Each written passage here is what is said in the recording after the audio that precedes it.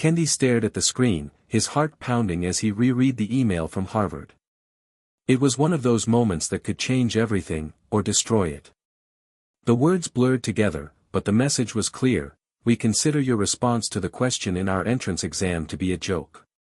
While we admire your ambition, it seems that you spent far too long attempting to solve a problem that was intended as a test of critical thinking, not a serious math problem. His fingers hovered over the keyboard, his mind racing. He had solved it. He knew he had. It had taken him almost 15 minutes, sure, but he had cracked the code. And now, Harvard, one of the most prestigious universities in the world, was calling it a joke. Kendi couldn't help but feel a surge of anger. The words of the email echoed in his mind: a joke. How could they dismiss him like that? How could they question his ability so easily? To them, a black teen from a rough neighborhood in Chicago couldn't possibly be capable of solving a problem that Harvard deemed too difficult to be taken seriously. But to Kendi, that question represented more than just an academic challenge. It represented a test of who he was, where he came from, and how far he had to go to prove he belonged. His phone buzzed on the desk. It was a text from Marcus, his best friend since childhood. "Yo, man, did you hear? Harvard said your answer was a joke. That's crazy. What are you gonna do?" Kendi ran a hand through his short curls and stared at the screen. He knew Marcus didn't mean it in a bad way, but those words stung nonetheless. People were always doubting him, his intelligence, his abilities. People who didn't know what it was like to struggle every single day, to fight against the current just to keep afloat. People who would never understand what it felt like to be underestimated simply because of the color of your skin. What are you gonna do? Marcus's question lingered in the air like a challenge. The truth was, Kendi didn't know. He had worked so hard for this moment.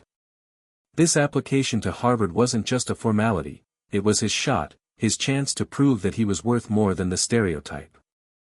He had pored over every section of that application, studied harder than he had ever studied before.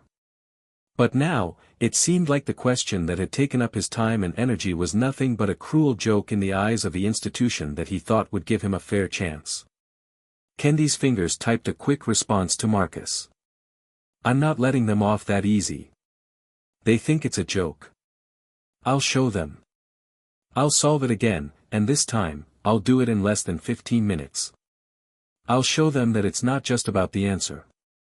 It's about what you see when everyone else sees nothing." As soon as he hit send, Kendi felt a strange sense of resolve wash over him. It wasn't just about Harvard. It wasn't even just about the question. It was about proving to everyone, including himself, that he was capable. He wasn't just some kid from the wrong side of the tracks who got lucky with a good test score. No, Kendi was someone who had learned how to fight for every inch of success, to claw his way up from the bottom.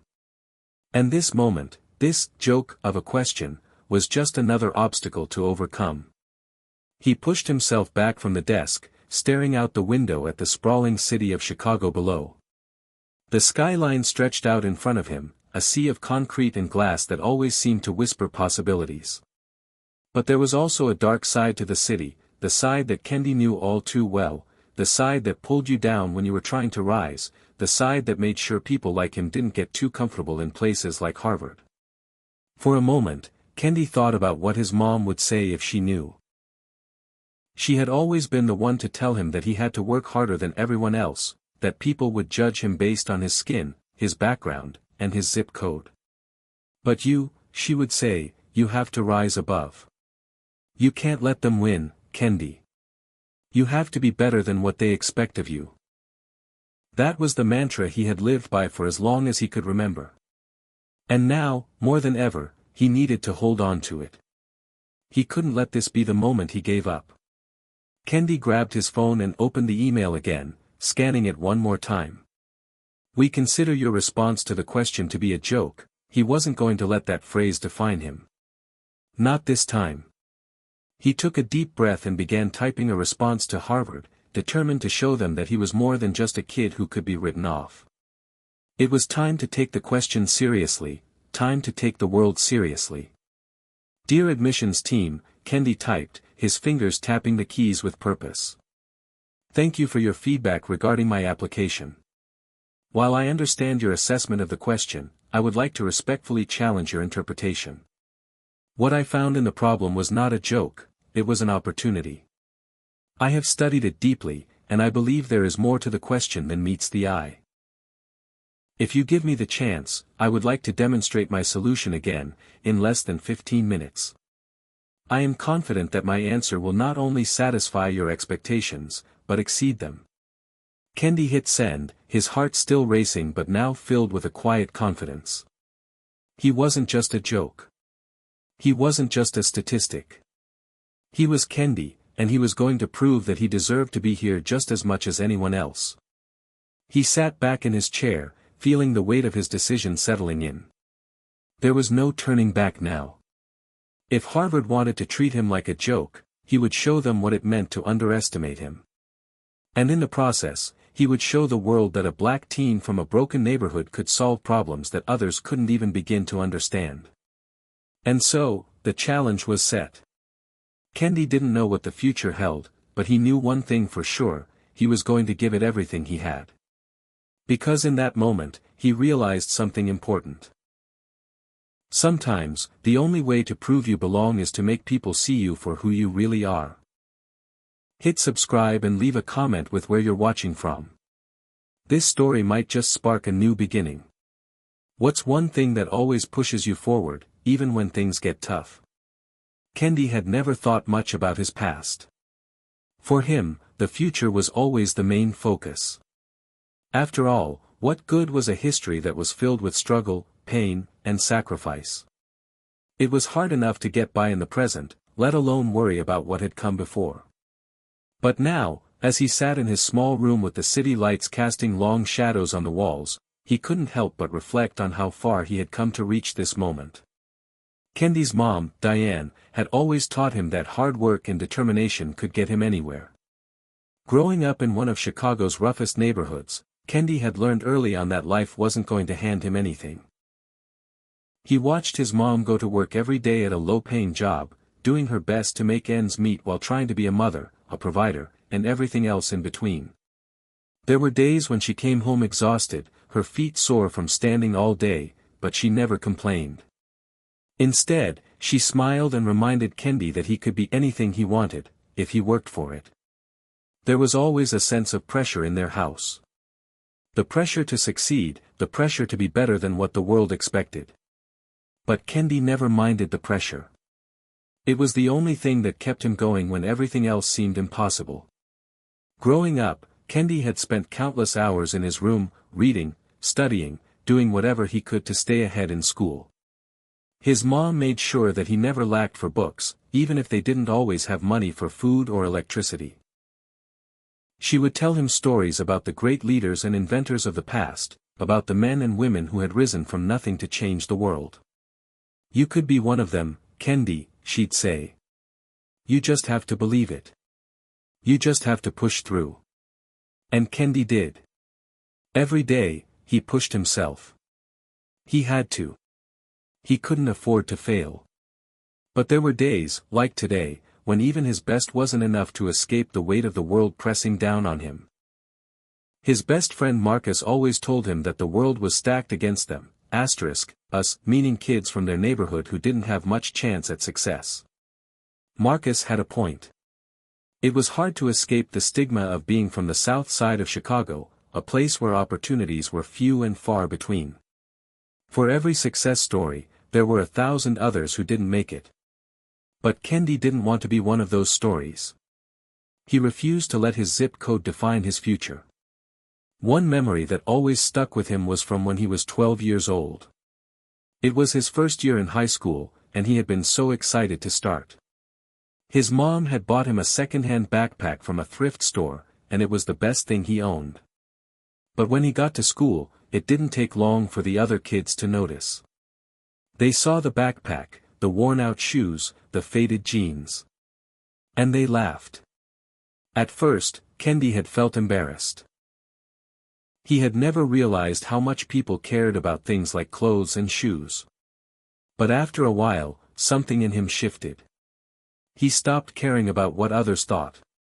Instead, he focused on his work. He focused on being the smartest kid in the class. If people were going to judge him for the way he looked, then he would give them a reason to judge him for his mind. And that's exactly what he did. Over the years, Kendi became known for his intelligence, his ability to solve problems that no one else could. But it wasn't just about the grades. It was about proving to the world, and to himself, that he could do it, that he could rise above the circumstances he was born into. High school was both his sanctuary and his battlefield. He was determined to stand out, but it wasn't always easy. Some of the kids at school never understood why he worked so hard, why he cared so much about his grades. To them, it was all about sports, popularity, or who had the coolest clothes. Kendi didn't fit in with that crowd. But he didn't care. He knew what he wanted, and he knew that hard work was the only way to get it. As he entered his senior year, the pressure was greater than ever. The thought of getting into a good college had always been in the back of his mind, but now it was becoming more of a reality. Harvard.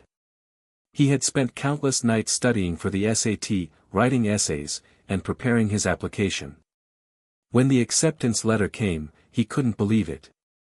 It wasn't just a piece of paper, it was his ticket to a future he had always dreamed of, one that no one in his family had ever experienced.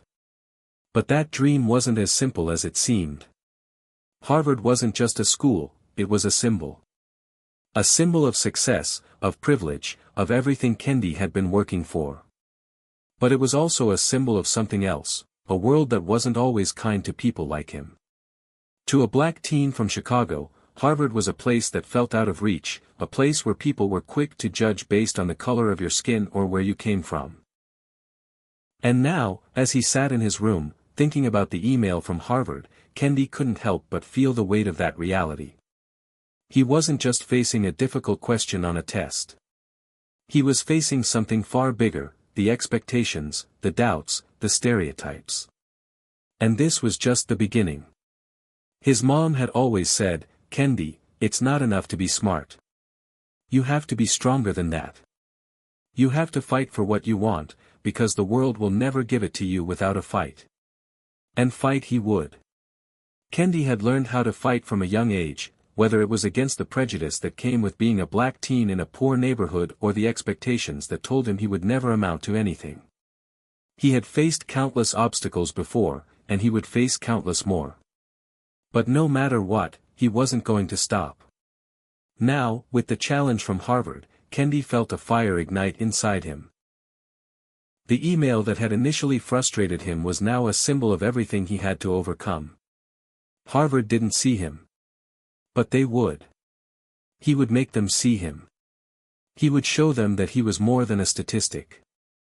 He was more than a joke. Kendi glanced at the clock. The night was still young, and he had work to do. He wasn't going to let this opportunity slip away. Not this time. Time to prove them wrong, he muttered to himself as he picked up his pen and notebook. He was ready to solve the problem again, but this time, he wasn't just solving a question. He was solving his future. "I'm going to show them," Kendi whispered into the quiet of his room, knowing that this was only the beginning. The days after Kendi's email to Harvard felt like a blur. It was as if the world had come to a standstill, all while his mind raced with uncertainty and determination. The harsh words in the email from Harvard, "We consider your response to the question to be a joke," replayed in his mind on a loop. But now, more than ever, Kendi understood that this wasn't just about the question. It wasn't even just about Harvard. It was about everything. It was about proving to the world that he, a black teen from Chicago, belonged in spaces where people like him were often overlooked, underestimated, and pushed aside. He knew this would be hard. The fight for respect, for recognition, for opportunity, those were battles he had been fighting his whole life. But this was different. It was Harvard. It was a place that symbolized excellence, the epitome of academic achievement. A place where, even now, he could feel the weight of expectations bearing down on him. That night, Kendi sat in his room, his homework scattered across the desk. The city noises outside felt distant, muted. He wasn't focused on his assignments anymore, his mind was consumed with the upcoming challenge he had set for himself. He knew Harvard would respond soon, and the thought of the upcoming battle filled him with a mixture of excitement and dread. He wasn't sure if he was ready to face them, but he had no choice. This was his moment. He picked up his phone and dialed Marcus's number. Marcus was his anchor, his voice of reason, always the first person Kendi turned to when things got tough. "Yo," Marcus answered, his voice immediately familiar. "You good, man?" "I don't know, man. It feels like everything is coming at me at once," Kendi said, running a hand through his hair. "I know I sent that email to Harvard, but now I'm second-guessing myself. What if I'm not good enough? What if they still don't take me seriously?" Marcus was quiet for a moment, and Kendi could hear the rustling of papers in the background. He knew Marcus was probably playing a video game or multitasking, but he also knew his best friend's words would always be grounded in wisdom. "You're overthinking it," Marcus said, his voice calm but firm. "You've got this. You've been preparing for this your whole life. You've been solving problems no one else can solve. This isn't just about Harvard, Kendi. This is about you proving to yourself that you can do whatever you set your mind to." Kendi let out a sigh, the tension in his shoulders easing a little. "I guess you're right," he said, but there was still doubt in his voice. "But what if I fail? What if they don't take me seriously?" "Listen, man," Marcus said, his tone shifting to something more serious. "I know the world isn't always going to give you a fair shot. You and I both know that. But this is your chance. You can't back down now. You have to show them that you're worth it. And trust me, they'll see it." Kendi nodded, even though Marcus couldn't see him. He needed that reassurance, even if it came through a phone call in the middle of a late-night conversation. He knew Marcus was right, he couldn't back down. But there was still something nagging at him, a fear that he couldn't shake. The world had never been kind to people who looked like him, especially when it came to education and opportunities. It wasn't just about the question from Harvard. It was about everything else, the expectations, the stereotypes, the judgments. "Thanks, man," Kendi said quietly. "I needed that. You're good. Just keep doing what you do. And when Harvard sees what you're capable of, they won't know what hit them." Kendi smiled a little, a small spark of confidence igniting inside him. "I'll show them." The next day, Kendi went over the problem again, tracing every step of his solution. The question Harvard had sent him, which they had dismissed as a joke, was still fresh in his mind. He knew the solution. He had solved it once. But could he solve it faster? Could he do it in under 15 minutes and prove them wrong? The pressure was building, and Kendi felt the weight of it on his shoulders. As he worked through the problem, Kendi began to feel something deeper stirring inside him. The question was no longer just a test, it was a symbol. A symbol of everything he had worked for, everything he had sacrificed. It was as if every challenge he had faced in his life had led to this moment. The late nights, the constant pressure, the doubters, all of it had prepared him for this. But as he sat at his desk, scribbling out equations, there was still a voice in the back of his mind, nagging at him. What if he wasn't good enough? What if, no matter how hard he tried, the world still didn't see him as worthy? He shook his head, trying to silence the doubt. He couldn't afford to let it take over. There was too much on the line. As the days passed, Kendi's resolve hardened. He wasn't just solving a math problem, he was solving his future. He began to reach out to others, teachers, mentors, even strangers he had met online. Asking for advice, looking for ways to refine his solution, to make it even better. One teacher, Mrs. Peterson, had always believed in him. She had been the first person to tell him he was capable of greatness. She had seen him struggling with the same doubts he now faced, but she had never wavered in her belief in him. Kendi, she had said once after class, I know this world is going to make you doubt yourself sometimes, but I want you to remember something, you have a mind that's sharper than anyone else's. Don't let anyone tell you otherwise. You don't need to be perfect, you just need to keep moving forward. Her words echoed in his mind as he worked late into the night. He could hear her voice, steady and reassuring. He had to keep moving forward, no matter the doubts. He had to show them that he belonged. It wasn't just about Harvard anymore. It was about proving to the world that a kid from the south side of Chicago could be just as brilliant as anyone else. It was about proving that he had the right to stand alongside the best and brightest. But as Kendi worked through the problem, revising his solution over and over again, the tension was building, the stakes growing higher. Each step brought him closer to the moment when he would either succeed or fail. And the pressure continued to rise. Harvard had dismissed him as a joke, but Kendi knew that, in the end, it was he who would have the last laugh. Would he be able to prove them wrong?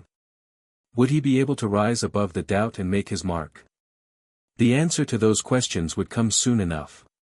But for now, Kendi had a bigger challenge ahead. Kendi could feel the tension building with every passing day. Each morning, he would wake up to the same thought, today could be the day. The email from Harvard had haunted him, but it also fueled him. As much as the question had stung, as much as the dismissive words had hurt, Kendi knew this was more than just about proving them wrong. This was about proving to himself that he could rise above the system, above the barriers that had been placed in his way since birth. It wasn't just Harvard that had doubted him.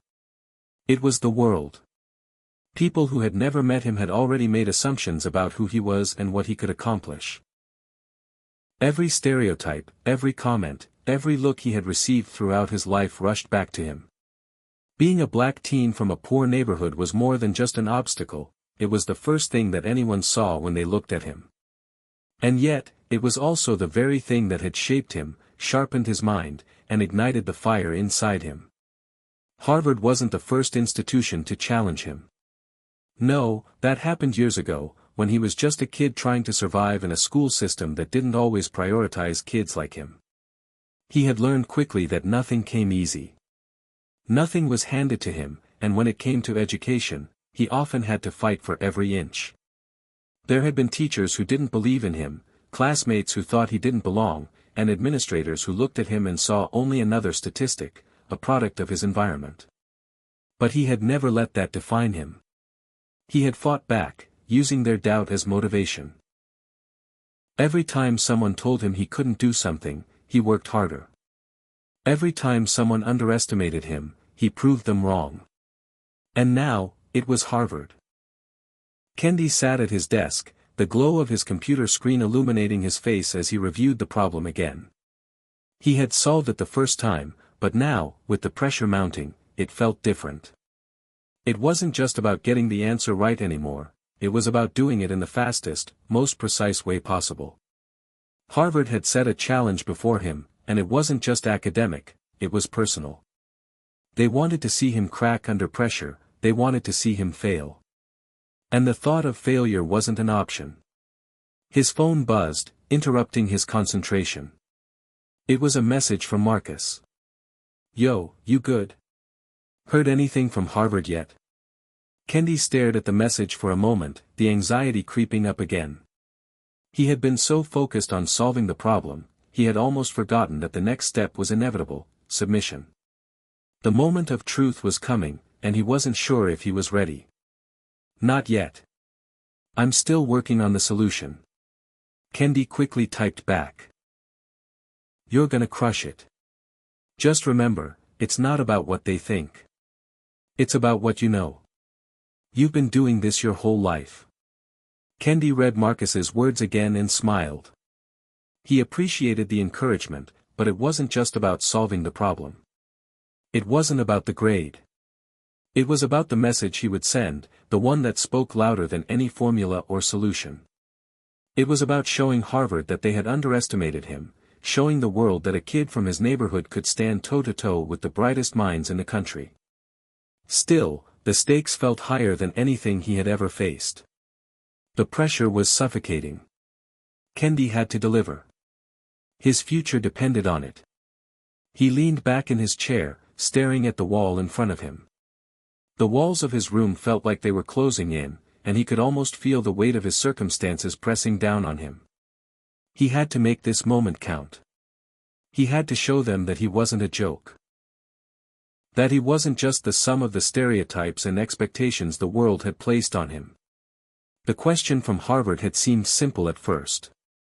It was a complex problem, yes, but Kendi had solved more difficult ones before. But this was something more. This was a chance to prove that his mind was his greatest asset, that no one could outthink him. And he couldn't let them win. With a deep breath, Kendi returned his focus to the screen. He began to work through the problem again, his fingers flying over the keyboard. The clock on the wall ticked in the background, but he didn't hear it. His world had narrowed down to just the problem, the solution, the challenge ahead. This was his moment. Every step he took felt like a journey. He had to trust himself. He had to trust the years of preparation, the late nights, the sacrifices. It was all leading to this. Kendi worked for hours, going over each part of the problem multiple times, tweaking his solution, trying to find the fastest, most efficient way to prove his point. It wasn't just about getting the right answer, it was about showing Harvard, showing the world, that he could think faster, work harder, and solve problems better than anyone had ever imagined. As the night wore on, his body began to tire. His eyes felt heavy, his mind buzzing with exhaustion, but Kendi refused to stop. He was too close now. The problem had become a part of him. Every step he took felt like it was driving him closer to the breakthrough he needed. Finally, after what seemed like an eternity, Kendi stepped back from the desk. He had done it. He had solved the problem. The solution was clean, precise, and it was done in record time. He couldn't help but smile to himself. It wasn't just the solution that mattered, it was the process. The struggle. The journey. He had fought for this, and he had come out victorious. But as he stared at the screen, his heart racing, Kendi realized that the journey wasn't over yet. The hardest part was still to come. He had to submit his work. He had to send it to Harvard. With a deep breath, he clicked the send button. The email was on its way.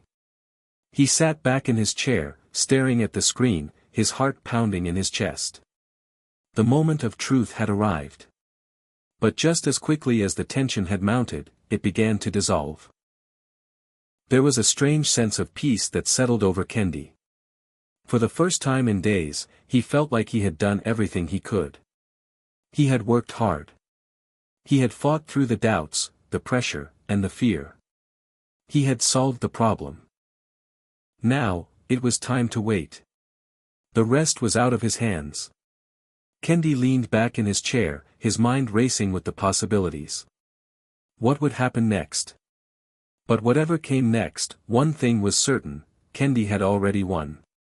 He had proven to himself that he could rise above the odds. He had proven that he belonged. And now, Harvard would have to see it too. The email from Harvard came late in the afternoon. Kendi had been pacing around his room, his nerves getting the best of him. He hadn't realized just how much he had been holding his breath until he finally saw it. The subject line, Harvard admissions, your submission. Kendi's heart pounded in his chest as he clicked the email open, the screen glowing brightly in the dim light of his room. His fingers hovered over the mouse, ready to click on the contents of the message. He had been waiting for this moment for what felt like forever, and now that it was here, his entire body seemed to freeze, unsure of what to expect. His eyes scanned the email quickly. Dear Kendi. Thank you for your recent submission in response to the question posed by Harvard's admissions team. We would like to acknowledge the time and thought you put into your solution. However, we regret to inform you that we cannot accept your answer as it stands. Kendi's stomach dropped. The room around him blurred, and for a brief moment, everything stopped. His vision went hazy, and his fingers went numb. He read the words again, just to make sure they were real. We regret to inform you that we cannot accept your answer. It was like the ground had fallen out from beneath him. How could they? Kendi thought. I gave everything I had. I solved it. I gave them the solution they asked for. How could they dismiss me like this? The email continued. While we acknowledge that your solution is technically correct, we are unable to move forward with your application due to a matter of presentation and clarity. We suggest reviewing the fundamentals of clear problem solving before reapplying. Kendi stared at the screen in disbelief.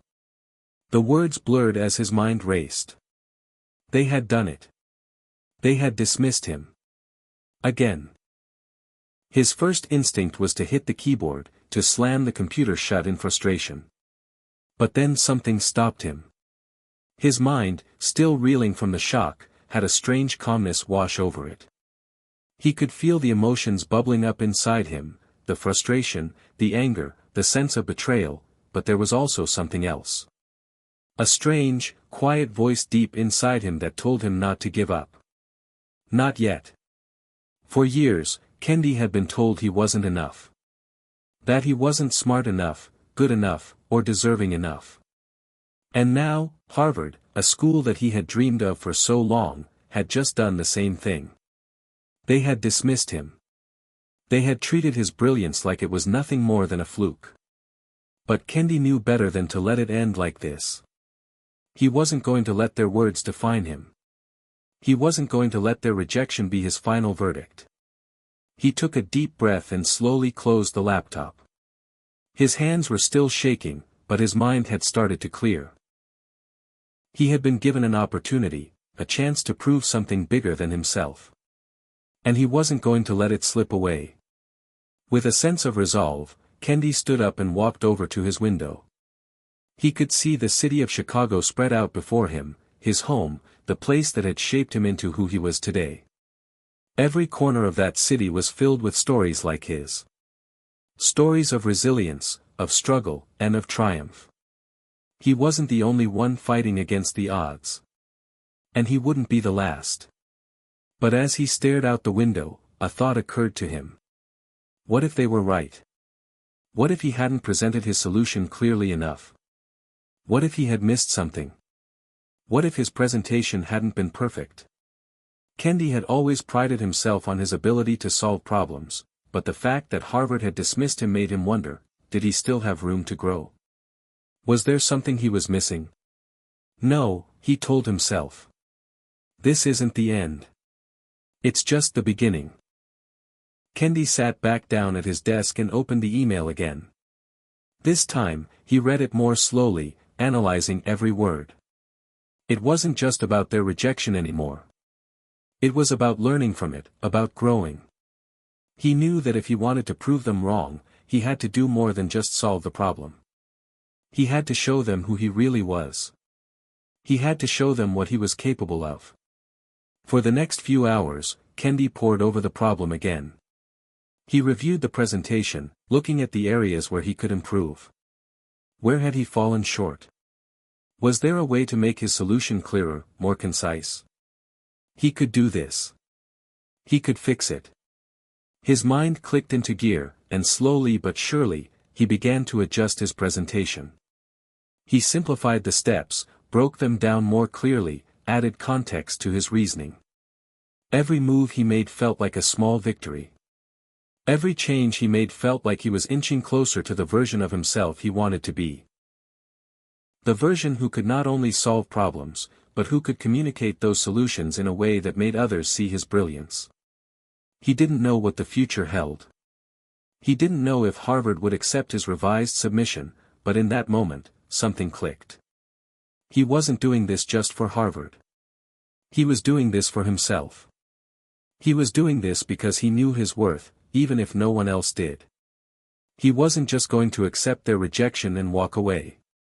No, Kendi was going to keep fighting, keep pushing, keep proving that he belonged in every room, at every table, no matter how many times the door was slammed in his face. Hours later, with the submission finally ready, Kendi hit send again. His heart was pounding. The fear, the anxiety, the doubt, it all lingered, but it was different this time. It was a quiet resolve, a belief in his own ability to rise above. He had done everything he could. And if that wasn't enough, then it was on them. As he stared at the glowing screen, waiting for the confirmation that his email had been sent, Kendi finally allowed himself to take a deep breath. He knew, with absolute certainty, that whatever happened next, he had already won. He had proven to himself that he could not only survive but thrive in the face of adversity. He had shown himself that he was capable of greatness, even when the world told him he wasn't. Kendi leaned back in his chair, looking out the window once again. The city was still there, sprawling beneath him, full of possibilities. And for the first time in a long time, he felt like he was exactly where he was meant to be. The days that followed felt like a blur to Kendi. The hustle and bustle of school, his friends, and the constant hum of life in the city all seemed to fade into the background. He was consumed by the email, consumed by the question of whether Harvard would accept his revised submission. Every notification from his phone sent his heart into a frenzy. Each time his inbox updated, he would hold his breath and click with hope in his chest.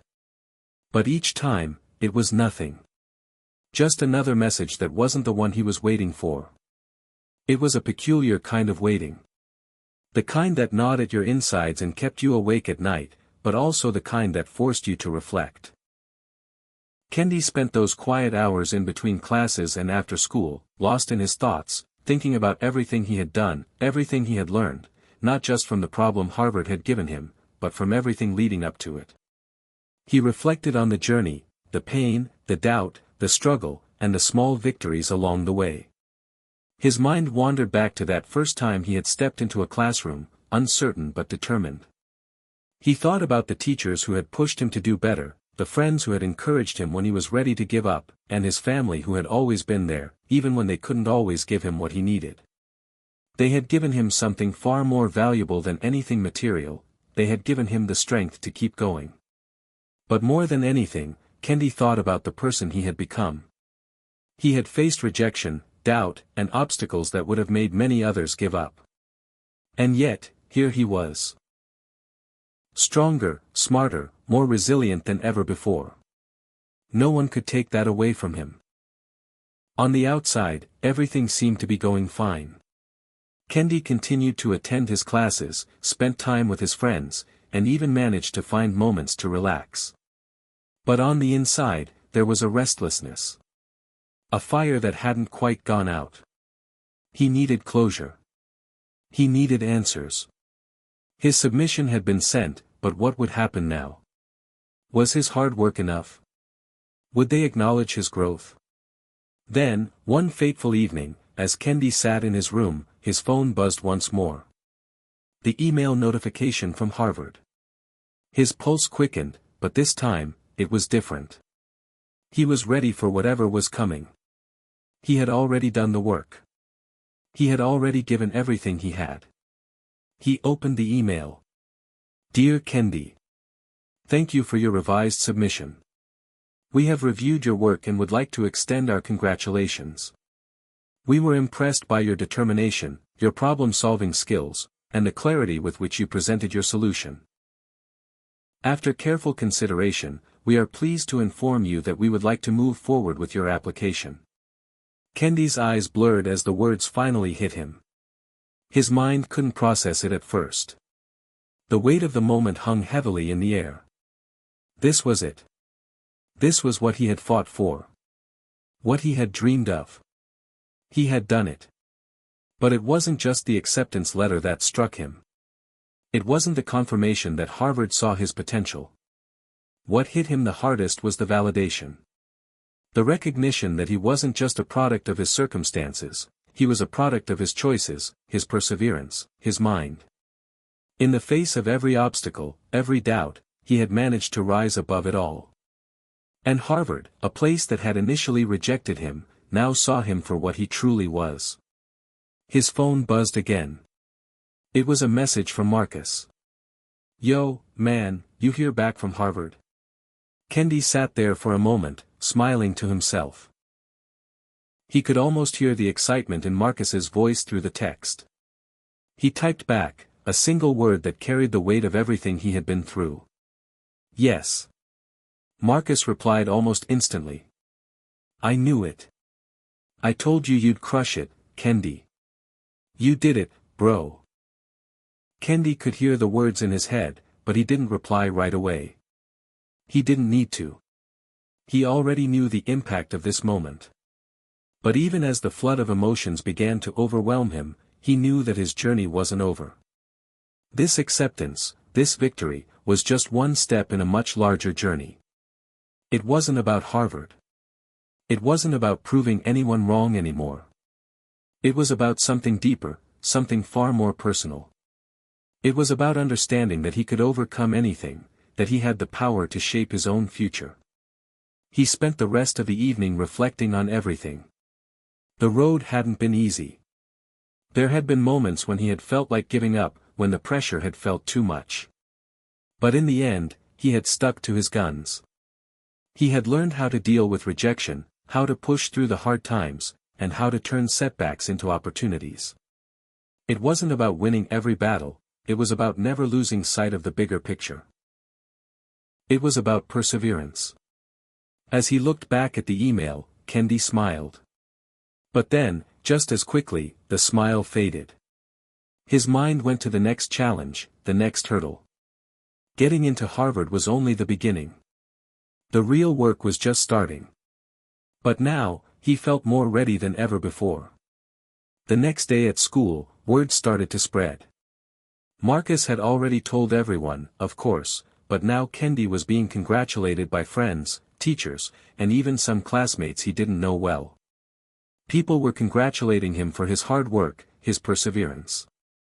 It felt good, but it also felt humbling.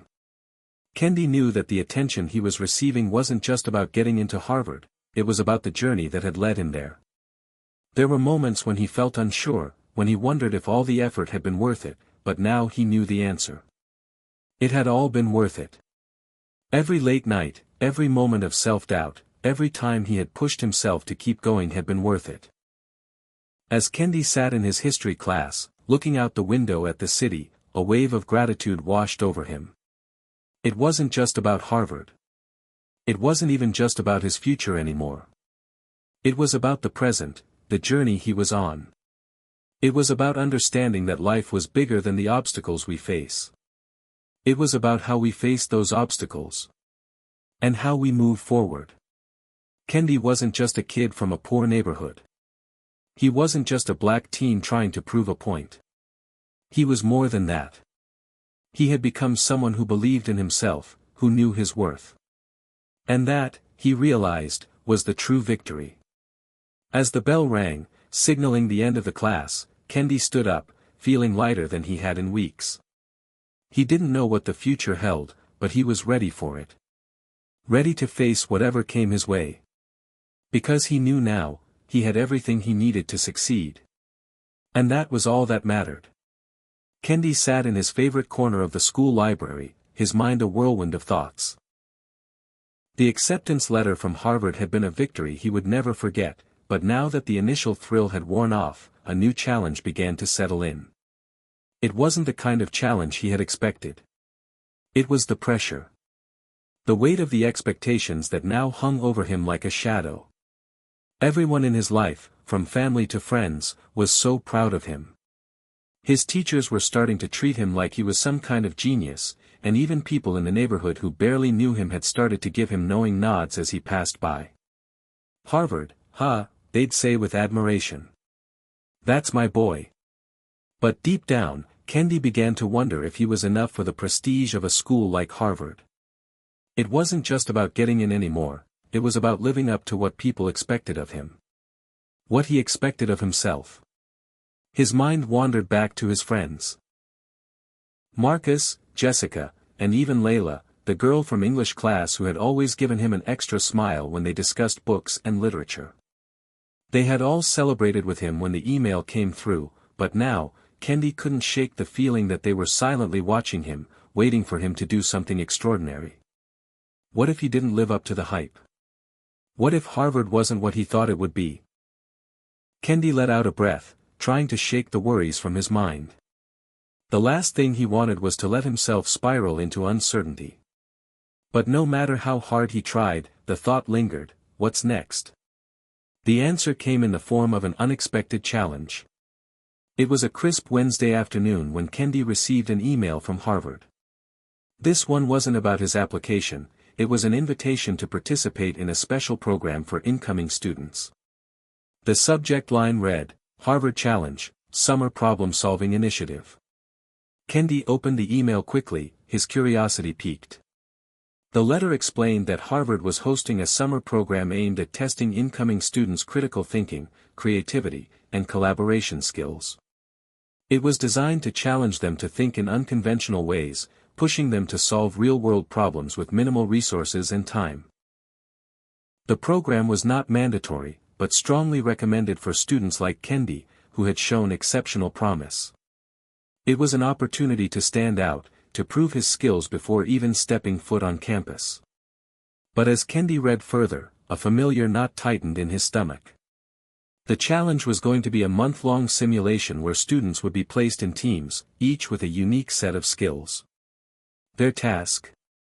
Solve an intricate problem, something complex and unpredictable, using only the resources they had at their disposal. And the kicker, the challenge would take place in a remote part of New England. The students would be cut off from technology and the outside world for the duration of the program. Kendi felt a rush of excitement, but it was immediately followed by a sense of dread. This wasn't just another academic competition. This was a test of everything he had learned in his life. It was a challenge designed to push him to the edge of his comfort zone. Could he live up to the expectations? What if I fail? Kendi thought. What if I can't solve the problem? What if I can't keep up with the others? But there was something inside him that resisted those fears. The same determination that had pushed him to succeed on the Harvard application, the same tenacity that had made him rise above the odds, began to stir. Kendi knew that this challenge, like the one before it, was another opportunity. An opportunity to prove to himself that he could handle whatever came his way. With a deep breath, Kendi clicked the link in the email to accept the invitation. The first day of the program was a blur. Kendi stood among a group of students in the middle of the dense New England forest, the air thick with humidity and the smell of pine.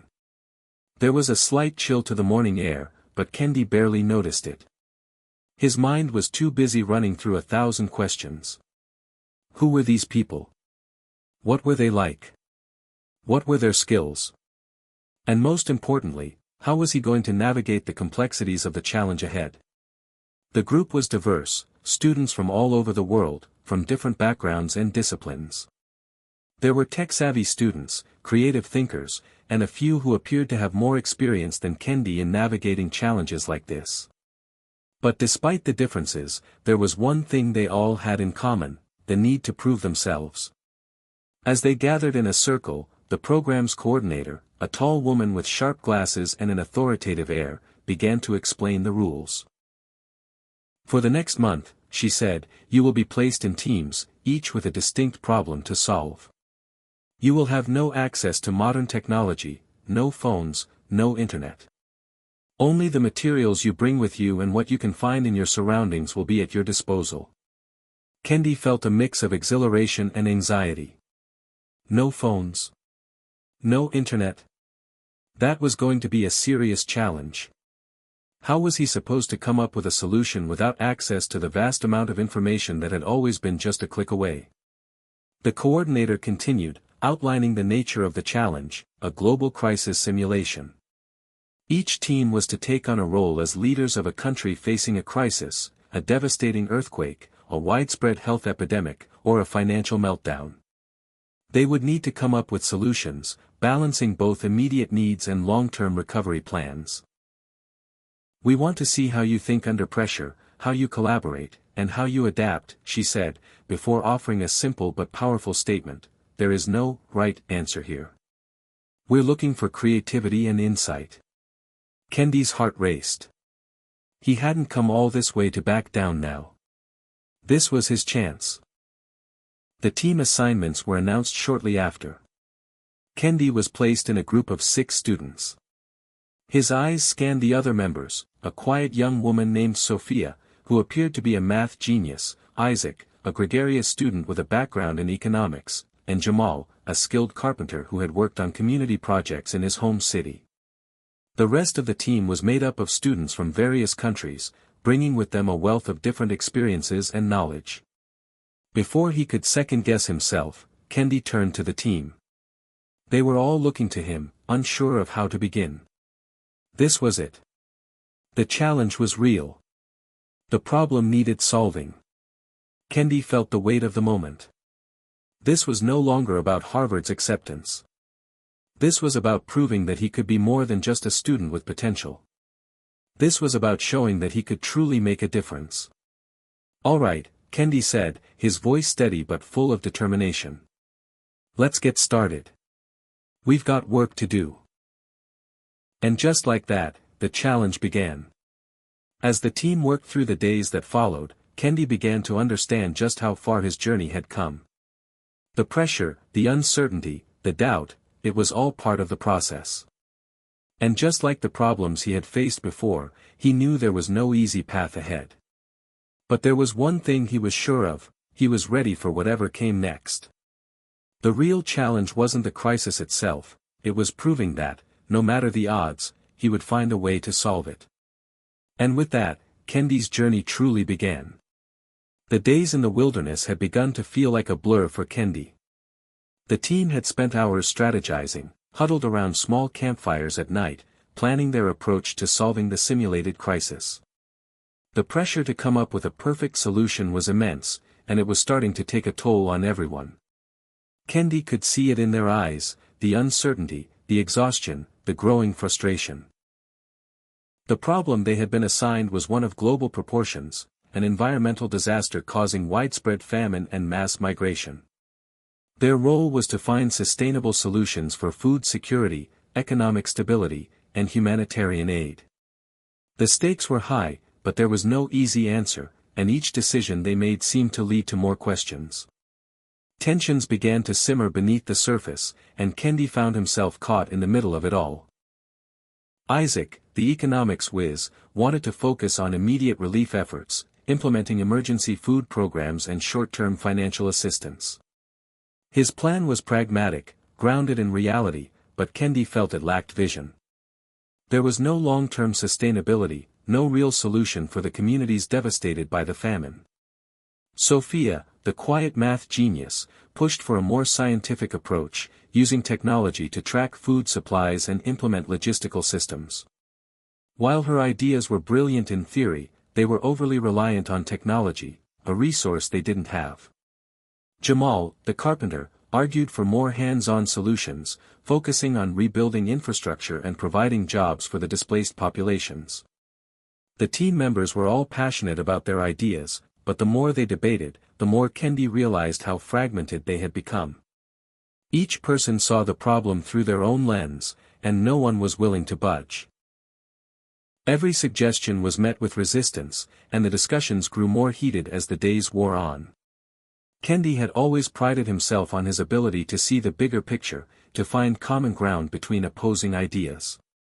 But as the days turned into a week, he began to question his own abilities. Could he really hold this team together? Could he help them find a solution when they were so divided? One night, after a particularly tense debate between Isaac and Jamal, Kendi found himself alone by the fire, staring into the flames. He had hoped the quiet moment would give him clarity, but instead, it only deepened his doubts. He was stuck, caught between his desire to lead and the overwhelming pressure to succeed. A voice broke through his thoughts. It was Sophia, her soft footsteps approaching from behind. "Kendi," she said quietly, sitting down beside him. "You've been really quiet lately." Kendi sighed, rubbing his forehead. "It's just, a lot. I don't know if I'm cut out for this. I mean, these people are brilliant, and I can't even get them to agree on the simplest things." Sophia nodded, her expression thoughtful. "It's hard. I know. But you've already done so much more than most people would in your position. You solved the Harvard problem, right? You showed them that you could think critically, think outside the box. Now it's just a matter of bringing that same mindset to this. You don't have to have all the answers, Kendi. You just have to keep pushing forward. Kendi looked at her, her words sinking in. I don't know if I can. Every time I try to bring the team together, it just falls apart. I'm not sure I'm the right person to lead them. You're the right person because you care, Sophia said, her voice steady. You're the one who sees the bigger picture. You're the one who's trying to make everyone's ideas work together, not against each other. That's what leadership is. Her words hung in the air, and for the first time in days, Kendi felt a small flicker of hope. He had been so focused on the team's disagreements that he had lost sight of why he was here in the first place. This wasn't just about solving the problem, it was about learning how to collaborate, how to navigate the conflict, and how to lead when it felt like everything was falling apart. As the fire crackled beside them, Kendi thought back to his time in the neighborhood. He had learned how to survive, how to think on his feet, how to take risks and face challenges head-on. This wasn't that different. The pressure was higher, the stakes were greater, but the principles were the same. In the end, it was about resilience. It was about pushing through when things got tough. I guess I needed to hear that, Kendi said, giving Sophia a grateful smile. Thanks. Sophia returned the smile. No problem. Just remember, you don't have to do this alone. You've got the team behind you, even if it doesn't feel like it sometimes. Kendi nodded, feeling a renewed sense of determination. He wasn't in this alone. They were all in it together. And somehow, they would find a way to make it work. The following day, Kendi called a team meeting. He could sense the tension in the air as everyone gathered around.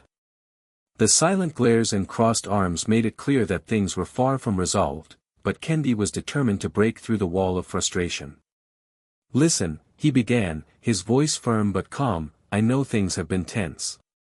We all have different ideas about how to approach this problem, and that's not a bad thing. In fact, it's exactly what we need. But we can't solve anything if we keep fighting each other. He paused, letting his words sink in. The team members exchanged uncertain glances, but no one interrupted. I'm not saying we'll agree on everything. But what I am saying is that we need to find common ground. We need to focus on the bigger picture, on the people who need help. We're not here to be right. We're here to make a difference.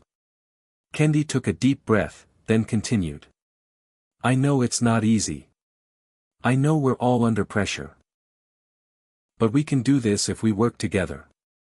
So let's start fresh. Let's listen to each other's ideas, and see where we can find overlap. We can't afford to keep butting heads.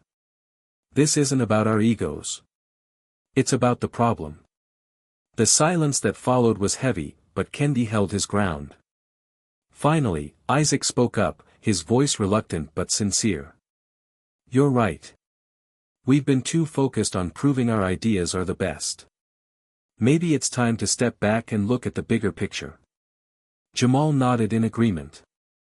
I think we can make some of these ideas work. We just need to be more flexible. One by one, the team members started to speak, each offering their thoughts and agreeing to put aside their differences for the greater good. It wasn't easy, and the road ahead was still uncertain, but for the first time since they had started, Kendi saw a glimmer of unity. They weren't there yet, but they were getting closer. As the days passed, Kendi began to feel a shift. The team had found a way to work together, to blend their different perspectives into something cohesive. It wasn't perfect, but it was progress. And that, Kendi realized, was the most important thing. The pressure wasn't gone, but now he felt better equipped to handle it. The conflict had become a catalyst for growth, not just for the team, but for himself. He had learned that leadership wasn't about always having the right answer, it was about bringing people together, guiding them through the tough times, and finding a way forward, no matter the obstacles. Kendi wasn't sure if they would solve the problem in time, but one thing was certain, he was no longer afraid of the challenge. The road ahead might be difficult, but he was ready for it. After all, the greatest challenges often lead to the most unexpected victories. And Kendi was determined to make this one count. Kendi stood at the edge of the makeshift camp, staring out at the rolling hills that stretched into the horizon. The challenge had reached a turning point. The days were blurring together now, filled with meetings, calculations, and strategy sessions. It had been exhausting. And now, the stakes had only gotten higher. Kendi's team had made significant progress in developing a solution to the simulated crisis, but there were still many obstacles to overcome. The clock was ticking, and the pressure was relentless. This was no longer a simple academic exercise, it was a race against time, and failure felt like an ever-present threat. Kendi could feel the weight of it, sinking deep into his chest. But he wasn't going to let it crush him. This wasn't about just finding a solution. This was about proving to himself that he could overcome anything, even the impossible. He glanced at the members of his team, gathered around a table, huddled under a small tarp that provided shelter from the elements. Isaac was scribbling on a piece of paper, his brow furrowed in concentration. Sophia was poring over data, her fingers moving quickly across the screen of a makeshift tablet. Jamal was discussing logistics with the rest of the group, pointing to a large map of the disaster zones they'd been working on. They had their differences, but at that moment, they were working together more efficiently than ever before. The breakthrough had come yesterday, an idea that had united the team at last. After days of frustration and impasse, they had come to a realization. They had to build a sustainable, decentralized solution, one that didn't rely on expensive infrastructure or technology they couldn't access. The key was empowering local communities to rebuild their food systems, to provide aid where it was needed most. But this new approach came with its own set of problems. How could they implement such a broad, complex solution in a way that would actually work? How could they ensure it reached the people who needed it most? And perhaps most daunting of all, how could they execute their plans with so little time left? Kendi's mind raced as he thought about the obstacles ahead. He could see the challenge now in its full scope, the immense task that lay before them. It wasn't just about food and resources, it was about restoring hope to communities shattered by disaster. It was about rebuilding lives, and the weight of that responsibility sat heavy on Kendi's shoulders. He wasn't just solving a problem on paper, he was solving a real-world crisis. The team had divided the task into several smaller missions, each focused on a specific area of recovery. They would need to distribute emergency food supplies, provide agricultural tools and knowledge, and create sustainable farming systems that could support long-term recovery. But without the support of technology and a functioning supply chain, the challenge was far from easy. They would need to work with local leaders, NGOs, and volunteers who had no formal training, and they would need to build trust in communities that had already seen too much loss. The first step would be setting up supply chains of local resources, something Jamal had already begun working on. His carpentry skills, combined with his practical knowledge of logistics, had made him an invaluable asset to the team. He had started sketching designs for small-scale farming tools and storage units that could be manufactured using local materials. His hands were calloused, but his eyes were focused, and his determination was palpable.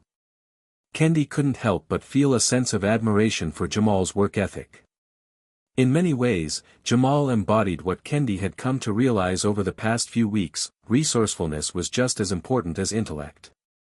It wasn't enough to simply know the right answers, it was about finding a way to make those answers work, even when resources were scarce and time was running out.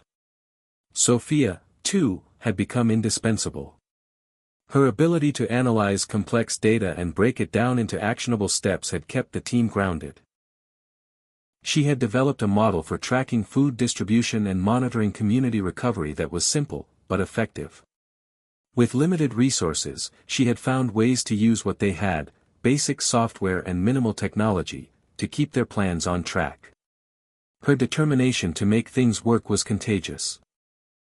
The hardest part had been getting Isaac to shift his focus from immediate financial aid to long-term sustainability. But after a tense conversation a few days ago, Isaac had finally come around. The team could no longer afford to focus solely on temporary solutions, they needed to think about the bigger picture. It wasn't just about throwing money at the problem, it was about building a future that could withstand the next crisis. Now, with a clear vision in mind, the team was on the cusp of executing their plan. But as the days passed, the pressure continued to mount. They still had so much to do, and there were so many things that could go wrong. They were running out of time. And then, in the midst of it all, the unexpected happened. A storm rolled in on the third day of their final push. The wind howled through the trees, and the sky darkened with ominous clouds. It wasn't the kind of storm they had prepared for, this one was fierce and unrelenting. As the rain began to fall in sheets, the team scrambled to secure their supplies, but it quickly became clear that the storm was going to make things far more complicated. The tarp over the table ripped in the wind, and the papers scattered across the muddy ground. Sophia's tablet, crucial for their logistical tracking, slipped from her hands and landed in a puddle. Jamal's maps were soaked, and Isaac's financial projections, carefully drawn up on large sheets of paper, were ruined. For a moment, Kendi felt a wave of panic wash over him. This was the last thing they needed. They were already running behind, and now, their resources, both physical and mental, were being destroyed. The storm was testing them in ways they had never expected. But then something shifted inside Kendi. The panic didn't last. Instead, he took a deep breath, gathered himself, and looked around at his team. They were shaken, but they weren't defeated. This was just another challenge. They had faced obstacles before, and they could face this one too. "All right," Kendi said, his voice firm. "We've planned for the worst, and now it's time to act. We'll rebuild. We'll adapt. We've got this." His words seemed to steady the team. Isaac and Jamal immediately sprang into action, securing the remaining supplies and moving them to higher ground. Sophia started salvaging what she could from the damaged tablet, while Kendi gathered everyone for a quick huddle. They couldn't afford to waste time. They had to stay focused. The storm raged on, but Kendi felt a renewed sense of purpose. This challenge, this storm, it wasn't a setback. It was another test. Another chance to prove to himself that he could face whatever came his way. He had come too far to back down now. As the team worked together to salvage their plans and adapt to the changing circumstances, Kendi couldn't help but feel a surge of pride. They were in this together. And no matter what, they would see it through to the end. By the time the storm passed, the team had adjusted their approach. The storm had forced them to rethink their methods, to simplify their plans and make them more adaptable to real-world conditions. They were back on track, and stronger than ever. The journey had been unpredictable, filled with setbacks and frustrations.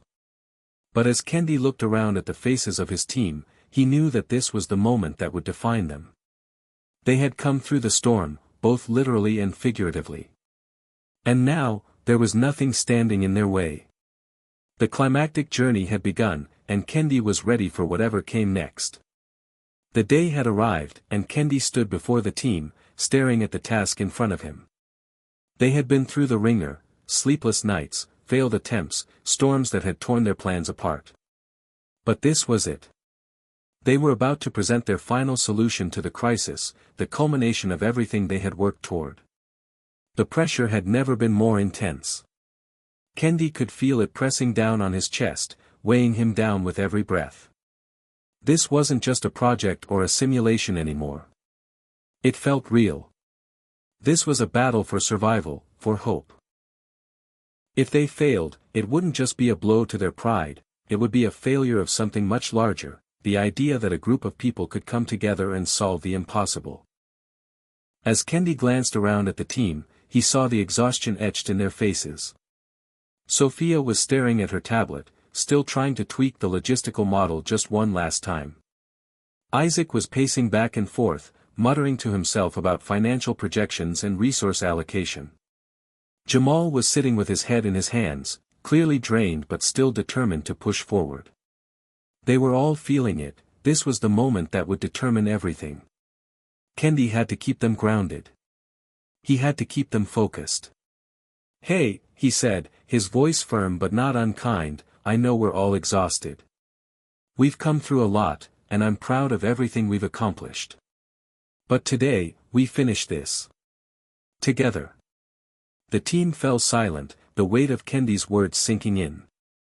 There was no room for second-guessing now. The time for doubt had passed. They had a plan, a vision, and they would have to sell it to the panel of judges who would determine their success. It was a long road ahead, but Kendi could see a glimmer of hope in the faces of his team. This wasn't about the storm or the setbacks. It was about the moments they had shared, the laughs, the tears, the late-night brainstorming sessions. This was a team forged in adversity, and they had come too far to turn back now. As they arrived at the venue, the scale of the competition hit Kendi.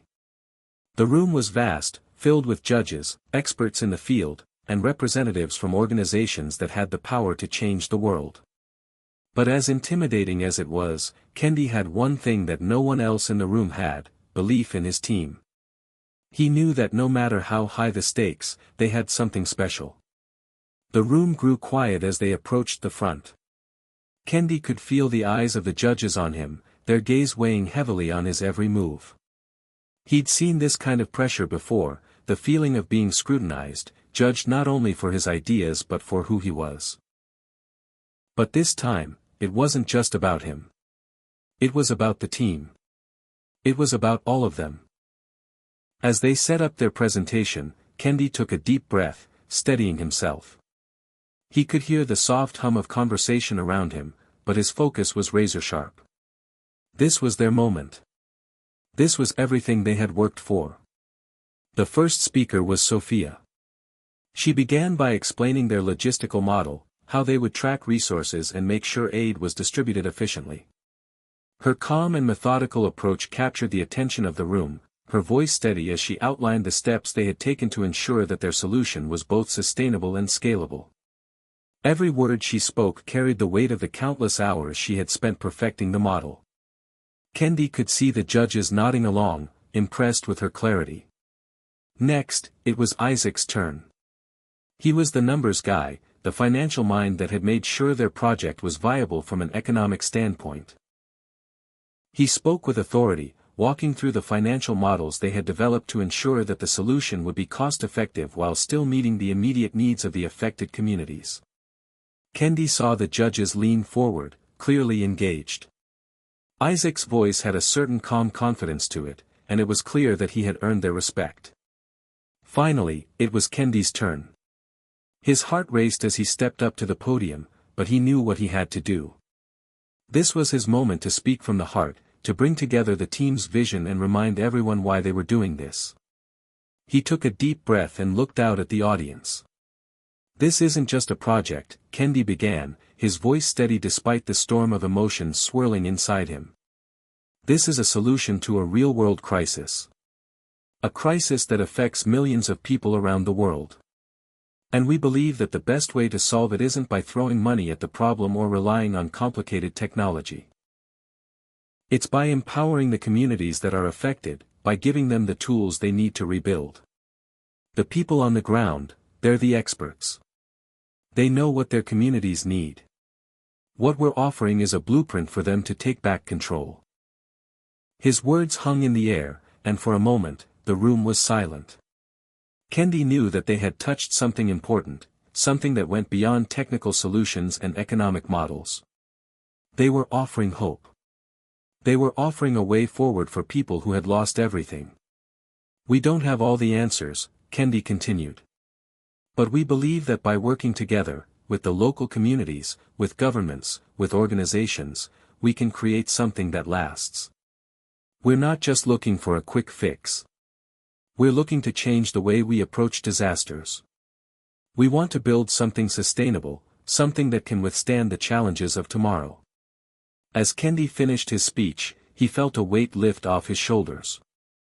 The words had come from the heart, and he knew they had resonated with the audience. He had spoken the truth. what they were doing wasn't just about solving a problem. It was about changing lives. It was about giving people a future. The room erupted in applause, and for a moment, Kendi allowed himself to feel the pride that came with their success. They had done it. They had presented their solution, and they had done it with conviction. But even as the applause echoed around him, Kendi knew that this was just the beginning. They had taken the first step towards solving an enormous problem, but there was still so much more to do. The road ahead would be long, and the obstacles would keep coming. But now, more than ever, he felt ready to face whatever challenges lay ahead. The emotional climax of the journey had arrived, and with it came the realization that they had already won, not because they had found the perfect solution, but because they had dared to take the first step. They had faced the impossible and come out on the other side. And in that moment, Kendi realized something that would stay with him forever: true leadership wasn't about being perfect. It was about having the courage to act, to bring people together, and to push forward even when the odds seemed insurmountable. With that knowledge, Kendi walked off the stage, his heart full, knowing that the real work was just beginning. The aftermath of the presentation was a blur. The judges were impressed. They had asked tough questions, but Kendi's team had answered each one with clarity and confidence. The room had been charged with energy, and the reactions from the audience were positive. For a moment, everything felt surreal, like they were in a dream. As the team left the stage, the weight of the day began to settle in. The pressure that had been building for weeks, the constant push to perform, to prove themselves, it was all coming to a head. Kendi could hardly believe it. They had done it. They had faced the challenge head-on and come through it, stronger and more united than ever. The team gathered in a small meeting room, away from the hustle and bustle of the event. They were all exhausted, but there was a sense of relief hanging in the air, as if the tension from the past few days had finally begun to lift. Kendi sat down with the group, looking at each one of them in turn. They had all given so much of themselves to this project.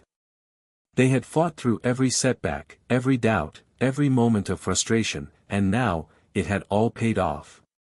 "We did it," Sophia said softly, her voice filled with awe as she looked around at the team. Her face, usually so focused and precise, now held a smile that was rare for her. "I really think we did it." Isaac leaned back in his chair, still processing everything. He had been the most skeptical member at the start, worried about the project's viability and the scope of their ambitions. But now, even he couldn't deny the strength of their ideas and the work they had put in. "Yeah," Jamal agreed, grinning. "We actually pulled it off.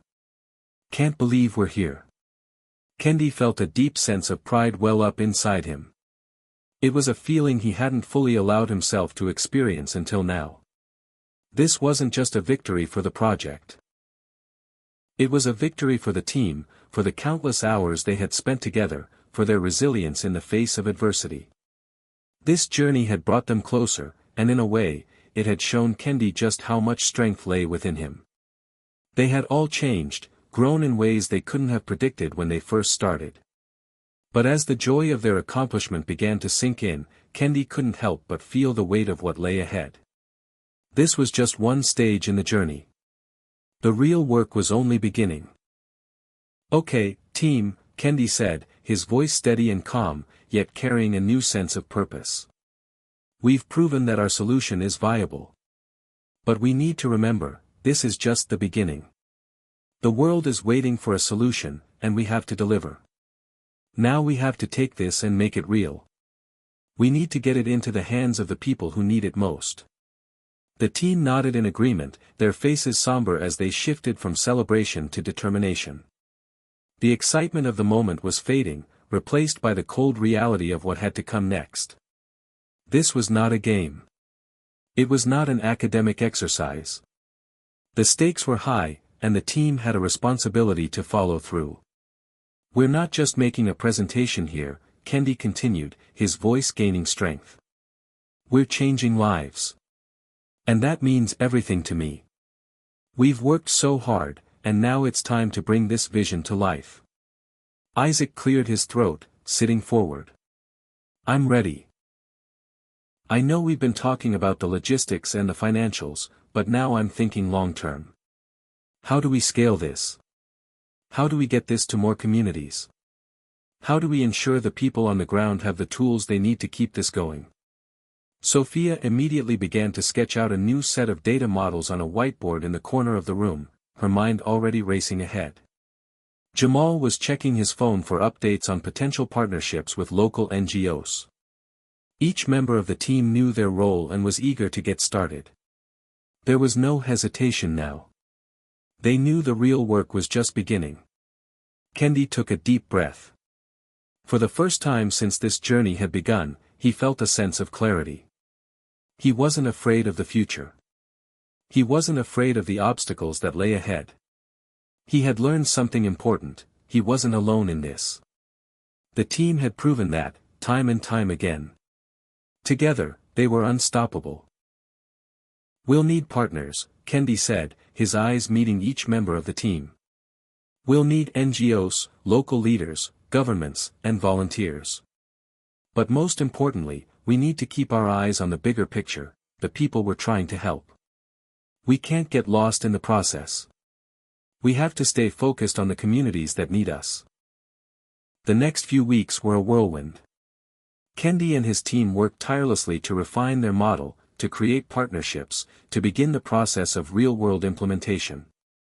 They met with local leaders, NGOs, and government officials to get buy-in for their solution. The response was overwhelmingly positive, but as they had feared, there were still many hurdles to overcome. Bureaucracy, funding issues, and the logistical challenges of implementing such a broad plan loomed large. Despite the obstacles, Kendi couldn't help but feel hopeful. The team's bond was stronger than ever. They were all working toward the same goal, united in their vision for a better future. And while the work ahead of them was immense, it felt different now. It felt real. And more importantly, it felt possible. Through all the late nights, the endless meetings, and the constant problem-solving, Kendi had learned something valuable: success wasn't about having all the answers. It was about persistence. It was about pushing forward, even when things seemed impossible. And it was about having the courage to ask for help, to rely on the team that stood beside him. Kendi stood in front of the team again, looking at their tired but determined faces. "We've come a long way," he said, his voice quiet but full of conviction. "And I believe with all my heart that we're on the right path. We've built something that can truly change the world. Now, it's time to take the next step." Sophia smiled at him, a look of pride in her eyes. Isaac gave a small nod, as if silently acknowledging the road ahead. Jamal clapped Kendi on the back, and for the first time in a long time, Kendi allowed himself to feel the weight of what they had achieved, and the excitement of what was still to come. They were no longer just a group of students with a bold idea. They were a team, a movement, and together, they would change the world.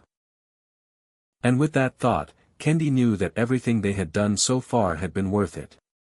The journey had been long and hard, but the lessons learned, the friendships forged, and the impact they would make, it would all be worth it. The real work was just beginning, but Kendi was ready for it. He was ready for whatever came next. Hit subscribe and leave a comment with where you're watching from. This story might just spark a new beginning. What's one thing that always pushes you forward, even when things get tough? The months following the presentation felt like a blur, a whirlwind of endless meetings, planning, and coordination. What started as an idea in a classroom had now grown into something much bigger, something that had the potential to change the way the world approached global crises. The road ahead wasn't going to be easy, but Kendi knew they were on the right path.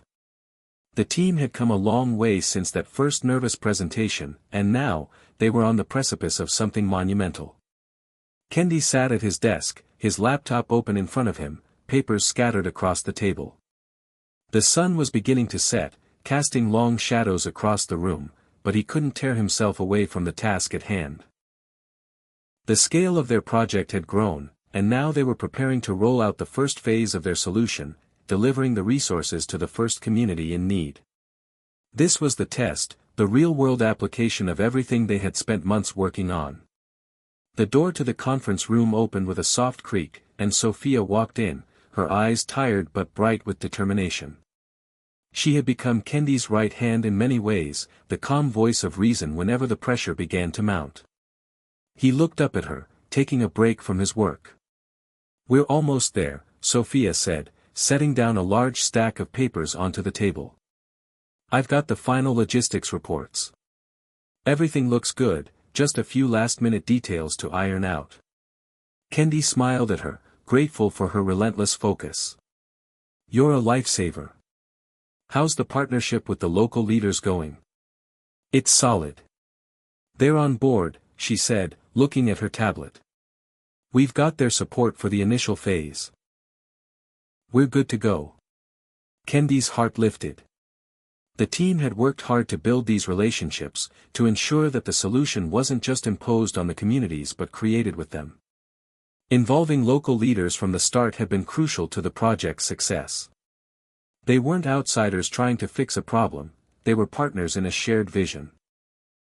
As Kendi began to feel the weight of the moment, Isaac and Jamal walked into the room.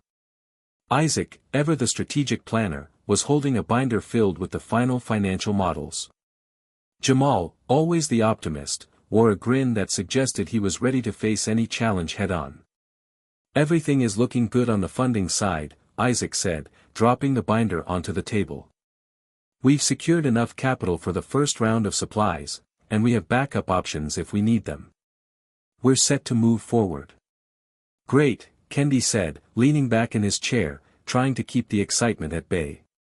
"And Jamal, how's the outreach plan coming along? Are we ready to mobilize the volunteers?" Jamal nodded eagerly. "We've got a great group of volunteers lined up. I'm talking with several NGOs to bring in more hands for the initial phase. We've also been running community outreach programs to make sure people know what we're doing and how they can help." Kendi's thoughts raced. They were so close, yet it still felt like the finish line was miles away. The enormity of their task was not lost on him. But for the first time, he felt more ready than ever. They were on the cusp of making a tangible difference, and this first phase would set the tone for everything that came after. "We've done the hard work," Kendi said, standing up and looking at each member of his team. "But now the real challenge begins. We've got to stay focused, stay organized, and make sure we don't lose sight of why we're doing this." Sophia nodded, a look of steely resolve in her eyes. "We've got this, Kendi. We've been through worse." The next day, Kendi and the team traveled to the first community where their solution would be implemented. The journey was long, hours of driving through rugged terrain, passing small villages and towns. But with every mile they crossed, Kendi could feel the anticipation building. This wasn't just about providing aid. This was about setting a precedent for how aid should be delivered, sustainable, empowering, and locally driven. As they arrived, they were greeted by the local leaders they had partnered with. The area was smaller than Kendi had imagined, a tight-knit community that had been hit hard by previous disasters. Yet there was a sense of pride in the air, a determination to rebuild, to move forward despite everything they had endured. The team set up camp near the community center, where supplies were being unloaded. Kendi stood with the local leader, a woman named Amara, who had been instrumental in coordinating the effort. "This is just the beginning," Amara said with a smile, her eyes sparkling with hope. "The work you've done will help change the way we rebuild our community. I'm proud to be part of this." Kendi felt a lump form in his throat. It wasn't just the logistical work that mattered, it was the people. It was seeing the faces of those who had been affected by disaster, seeing them take ownership of their future. That was what made this so different. They weren't just receiving aid. They were actively engaged in rebuilding their own lives. As Kendi and Amara spoke, Sophia and Isaac worked with the local volunteers to distribute resources and set up temporary shelters. Jamal was coordinating with the youth in the community to teach them the skills they would need to maintain the system after the initial supplies were gone. The work was exhausting, and the team faced numerous challenges as they tried to implement the first phase. Some of the materials they had brought with them didn't meet the local needs. The weather was unpredictable, and there were moments when it seemed like everything would fall apart. But with every setback, the team remained undeterred. They adjusted, improvised, and carried on. For Kendi, the experience was transformative. He had always believed in the power of ideas, but this journey had taught him something deeper, the importance of resilience. They were building something that would last, but it was the people who were carrying it forward. This was a collective effort, not just one team against the odds, but a partnership that spanned across borders, cultures, and communities. That evening, as the sun dipped below the horizon, Kendi sat outside the community center, taking a moment to reflect. The sky was painted with hues of orange and purple, the air crisp with the scent of earth. He thought about the road ahead, the challenges, the setbacks, the victories. It would take years to fully implement their solution, but they had made a start. And that was everything. The sound of laughter and chatter drifted from the community center, where the team and local volunteers were sharing a meal. For the first time in a long time, Kendi allowed himself to relax. The weight of the world hadn't disappeared, but it felt a little lighter. As he sat there, watching the community come together, Kendi knew one thing for sure: this was just the beginning. There would be many more challenges to face, and countless obstacles in the way. But he wasn't afraid anymore. Because now, he knew something that he hadn't fully understood before: they weren't alone. They were in this together. And that made all the difference. The journey was far from over. But for Kendi, this moment, the connection with the community, the shared vision, was enough to keep him going. The path forward was uncertain, but for the first time, it felt like the right one. As the stars began to twinkle above, Kendi made a promise to himself and to his team: they would continue, no matter what. They had made it this far, and together, they would continue to change the world, one step at a time. The following weeks were filled with a sense of urgency. What had begun as an idea in a classroom had taken on a life of its own, and now the team was tasked with scaling their solution. Kendi spent long nights poring over reports, adjusting strategies, and coordinating with local leaders. They had proven that their model worked in one community, but could it work on a larger scale? Could they sustain it? And, perhaps most importantly, could they maintain their integrity in the face of challenges they hadn't anticipated? One evening, as Kendi was wrapping up a call with one of the NGOs they were working with, he received a text from Sophia. Meeting. Urgent. He didn't hesitate. Within minutes, he was on his way to the conference room where the team had been meeting regularly. It was late, and the building was quiet, save for the sound of his footsteps echoing in the hallway. As he opened the door, he found Sophia, Isaac, and Jamal already seated around the table. Their faces were tense, the usual camaraderie replaced by an unspoken sense of unease. "What's going on?" Kendi asked, sitting down. Sophia took a deep breath. "I got some troubling news. The funding we were promised for the second phase, well, it's not coming through. At least not in the way we expected." Kendi's heart skipped a beat. "What do you mean? They told us everything was in place." Isaac nodded grimly. "Apparently, one of the major donors pulled out. And now we're scrambling to make up the gap. Without that funding, we can't proceed with the next phase of implementation." For a moment, there was silence in the room as the weight of the situation settled in. This wasn't just a small setback. This was a major obstacle that could derail everything they had worked for. Jamal leaned forward. "So, what's the plan? We can't just let this stop us, right? We've come too far." Kendi rubbed his eyes, trying to process the situation. He had always known that there would be hurdles, but this felt different. This wasn't just a technical or logistical issue, it was about the very foundation of their project. The funding wasn't just money, it was the lifeblood of what they were trying to accomplish. Without it, they wouldn't be able to deliver the support and resources that the communities so desperately needed. "We're going to have to get creative," Kendi said finally, his voice steady. "We can't give up. We've already made too much progress, and I know we have the skills and the connections to make this work. But we'll need all hands on deck." Sophia nodded. "I've been looking into some alternative funding sources, but it's going to take time." "Time we don't have." Kendi paused. "What about smaller investors? Could we start a crowdfunding campaign?" Isaac looked skeptical. "Crowdfunding would help, but it won't raise nearly enough to cover the gap. And it takes time to build momentum." "We need to focus on partnerships," Kendi said, his mind racing. "We've built strong relationships with local leaders and organizations. We can leverage those connections to get direct support from the communities and businesses.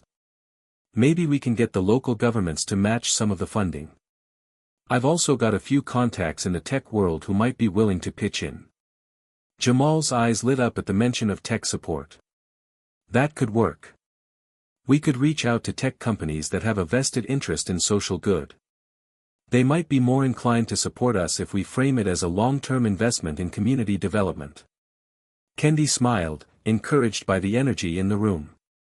It wasn't a perfect solution, but it was something. It was a starting point. He knew the team wasn't done yet. The obstacles they faced were significant, but they were also a part of the process. If anything, they were an opportunity to prove the strength of their resolve. "I'll reach out to my contacts," Kendi said. "We'll get the ball rolling on this. And while we're working on the funding, we can focus on gathering more data and refining our model. The more solid our proposal is, the better chance we have at convincing these investors." Isaac and Jamal nodded, already starting to draft plans for the next steps. Sophia was already typing away on her laptop, researching potential grant opportunities. As the meeting wrapped up, Kendi couldn't shake the feeling that this challenge was more than just a financial one. It was a test of character. Could they rise above the pressure and setbacks? Could they stay true to their vision when the world seemed to be pushing against them? For Kendi, this moment was a defining one. He had always believed in the power of their idea, but now he was starting to understand the deeper truth: it wasn't the idea that would carry them forward. It was the strength of the people behind it. Their perseverance. Their willingness to keep going, even when the odds seemed insurmountable. In the days that followed, Kendi threw himself into the work with renewed focus. He reached out to every contact he had, and even some he hadn't thought to call until now. He pushed harder than he had ever pushed before, knowing that every conversation, every pitch, every partnership was a lifeline for the project. He spent long nights drafting proposals, working with Sophia to fine-tune their budget, and coordinating with local leaders to gather more community support. Despite the pressure, Kendi never allowed the team to lose sight of their mission. They didn't just need money, they needed to prove that their solution was worth investing in. He reminded them again and again that the communities they were working with were counting on them. Sophia and Isaac were often in meetings with potential investors, while Jamal worked on outreach with NGOs and community partners. As the weeks wore on, the team began to see the results of their hard work. Slowly but surely, they secured some smaller grants and commitments from local businesses. It wasn't the full funding they had originally hoped for, but it was enough to keep the project moving forward. And then, just when things seemed darkest, Kendi received a call that would change everything. One of the tech companies he had reached out to, a well-known name in the industry, had agreed to sponsor a major part of their project. The commitment wasn't just financial, the company had also pledged to provide technology and resources to help scale their model. The news came like a beacon of hope. It was the breakthrough they needed. The puzzle pieces were finally starting to come together. That night, as the team gathered to discuss the new developments, Kendi felt a sense of pride wash over him. They weren't out of the woods yet, but they had made it through one of the toughest challenges they had faced so far. "We did it," Jamal said, his voice filled with awe. "We actually did it." Kendi looked around at his team, his friends, his partners, his family.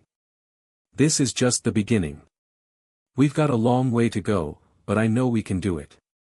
We've proven that when we work together, we can overcome anything. And for the first time in a long while, Kendi allowed himself to believe it too.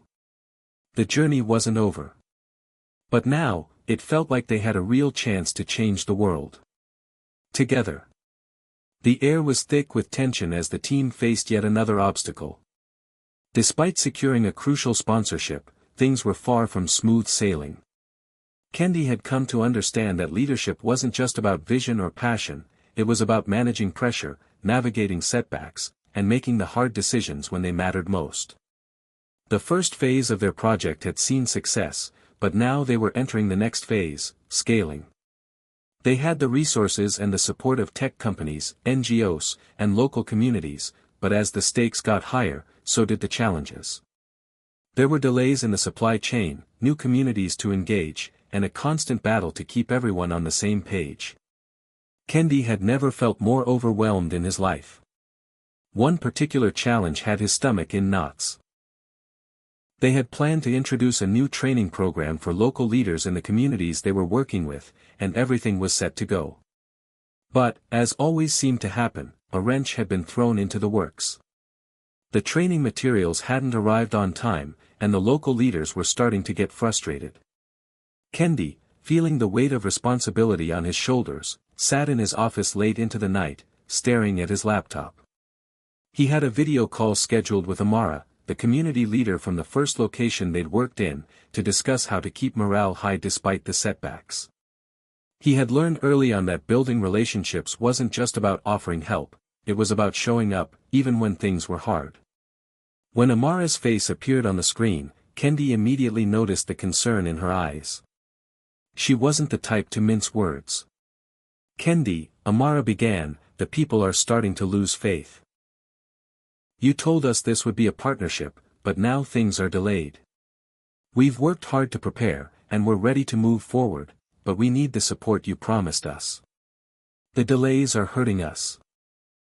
Kendi's heart sank. This wasn't the first time they had hit a roadblock, but it was the first time he'd seen the cracks in the partnership. They needed to stay united.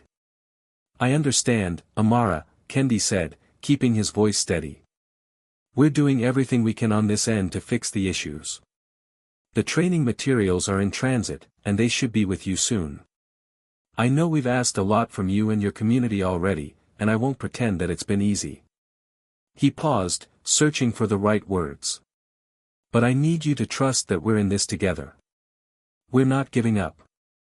I promise we'll get this done, even if we have to pivot a little to make it happen." Amara listened, her gaze unwavering. After a long pause, she nodded. "I know you've come a long way to help us. I just don't want to see all the work we've done unravel. Keep your word, Kendi. We're all in this with you." Her words stung. They weren't just words of encouragement. They were a reminder of how high the stakes were. Kendi realized something he had been avoiding: it wasn't just about them anymore. The people they were helping had invested their trust in him, and the pressure was mounting. Every decision, every delay, felt heavier now. He couldn't afford to fail them. The next morning, Kendi called an emergency meeting with his team. They had already been working long hours, but the setbacks were starting to take their toll on everyone's patience. Isaac, who had always been the most composed member of the team, was the first to speak. "We're behind schedule. The resources aren't getting where they need to be fast enough, and now the leadership training is on hold. We can't afford any more delays. This is bigger than just one community now." Sophia, always the voice of reason, nodded. "I know the materials are delayed, but there's got to be something we can do in the meantime. Can we offer virtual training for the community leaders? We might not have the full package, but we could at least get them started." Jamal chimed in, his usual optimism tinged with frustration. "I've been working with the volunteers, and I'm hearing a lot of concerns about the communication breakdown. We need to show the communities that we're still committed to them, even when things aren't going perfectly." Kendi leaned back in his chair, letting their words sink in. They were right. He had been so focused on the bigger picture that he had neglected the smaller, yet vital, aspects of the operation, maintaining communication, keeping morale high, and ensuring everyone felt like they were part of the solution. "All right," Kendi said, determination in his voice. "We need to be transparent. Let's update everyone on the situation. We can't hide the delays, but we can make sure everyone knows we're doing everything in our power to fix it. I'll personally reach out to each community leader and let them know where we stand." Isaac and Sophia nodded, and Jamal gave a firm thumbs up. "Let's also get that virtual training started," Kendi continued. "It won't be the same as the full program, but it will keep things moving. We need to give the community something concrete, something they can use while they wait for the rest of the resources." The next few days were a blur of meetings, phone calls, and quick decisions. Kendi worked tirelessly with Sophia to set up the virtual training platform, reaching out to experts who could help facilitate the sessions. Isaac took charge of the logistics, making sure the materials would be shipped as quickly as possible. Jamal spent his days coordinating with the volunteers to keep morale high and to ensure that the local communities felt involved, even if things weren't perfect. It wasn't easy. The pressure was constant, and there were times when Kendi felt like he was carrying the weight of the world on his shoulders. But as the days went by, he began to see small victories. The virtual training sessions were well received, with participants eager to learn and share what they had learned with their neighbors. The community leaders, while frustrated, appreciated the transparency and the effort to keep them informed. It was in these moments, when everything felt like it could fall apart, that Kendi realized the true meaning of leadership. It wasn't about having all the answers or being perfect. It was about showing up when it was hardest, staying true to your word, and doing whatever it took to move forward. He had learned that leadership wasn't just about making the right calls, it was about making the difficult ones when the world was watching, waiting for him to make the wrong one. As the days turned into weeks, Kendi's team pushed forward, not just because of the resources they had secured, but because they believed in the work they were doing. The bumps along the way only made them more determined. They were no longer just a team, they were a movement. A movement that had faced adversity head-on and refused to be defeated. One evening, after another long day of work, Kendi found himself walking through the community they were helping. The sun had set, but there was still a faint glow in the sky. He walked past families gathering in the street, children playing, and the hum of life continuing, despite the difficulties they had faced. Amara came up to him, a rare smile on her face.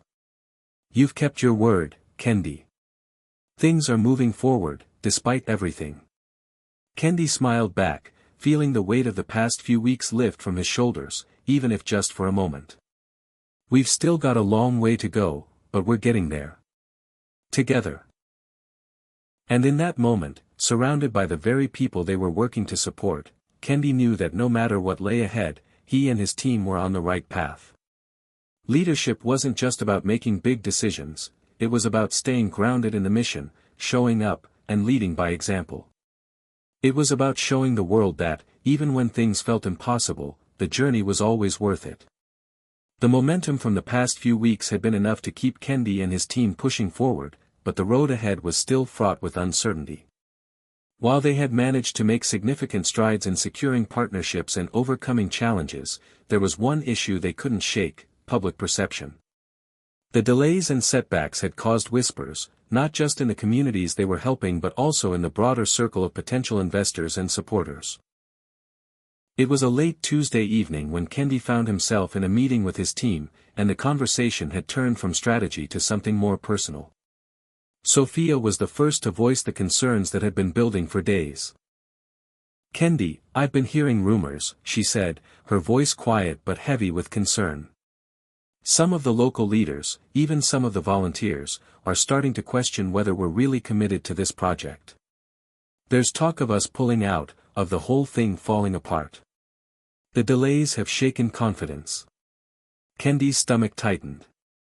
He knew that there was always a chance that things might go wrong. But hearing the words out loud felt different. This wasn't just about logistics anymore, it was about their reputation, about whether they could deliver on the promises they had made. I've heard it too, Isaac said, rubbing the back of his neck. I think we're going to start losing support if we don't do something fast. Kendi exhaled deeply. He knew it wasn't enough to just meet expectations, they needed to exceed them. They needed to show that they were not just another project that would fizzle out under pressure. They had built this from the ground up, and they couldn't afford to let it slip away now. We need to prove ourselves again, Kendi said firmly, leaning forward on the table. We've made mistakes, but it's not too late to fix this. We're going to double down on what's working, we're going to be transparent about what's not, and we're going to show everyone that we're here for the long haul.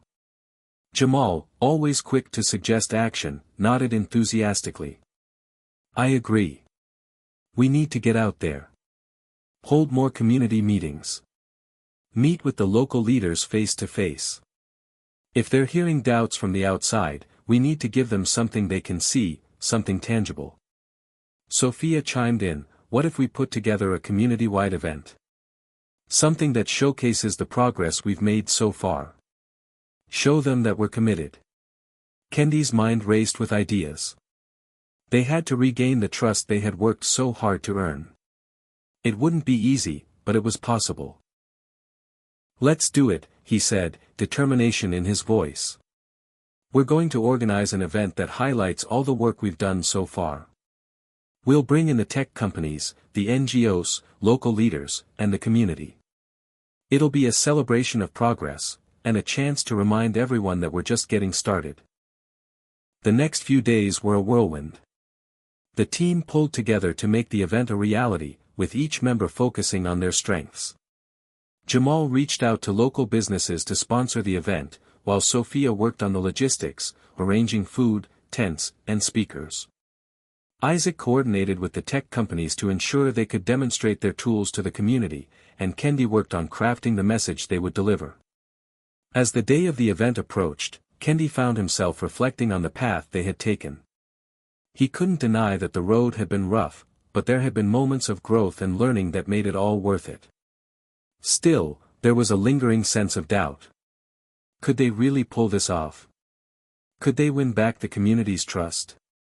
The event itself came together beautifully.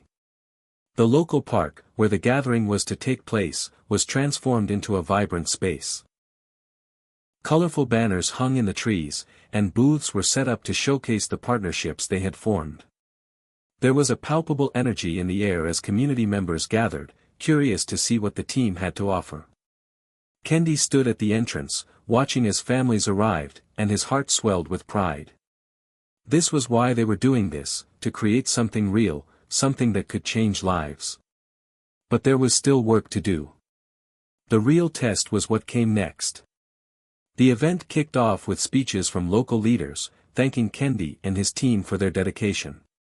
There were performances from local musicians, booths showcasing the technology that would power their project, and conversations taking place all around the park. People were engaged, and the mood was positive. But Kendi knew that the moment that would define everything was when he took the stage. He had been preparing his speech for days, but now that the moment was here, he felt a wave of nervous energy flood over him.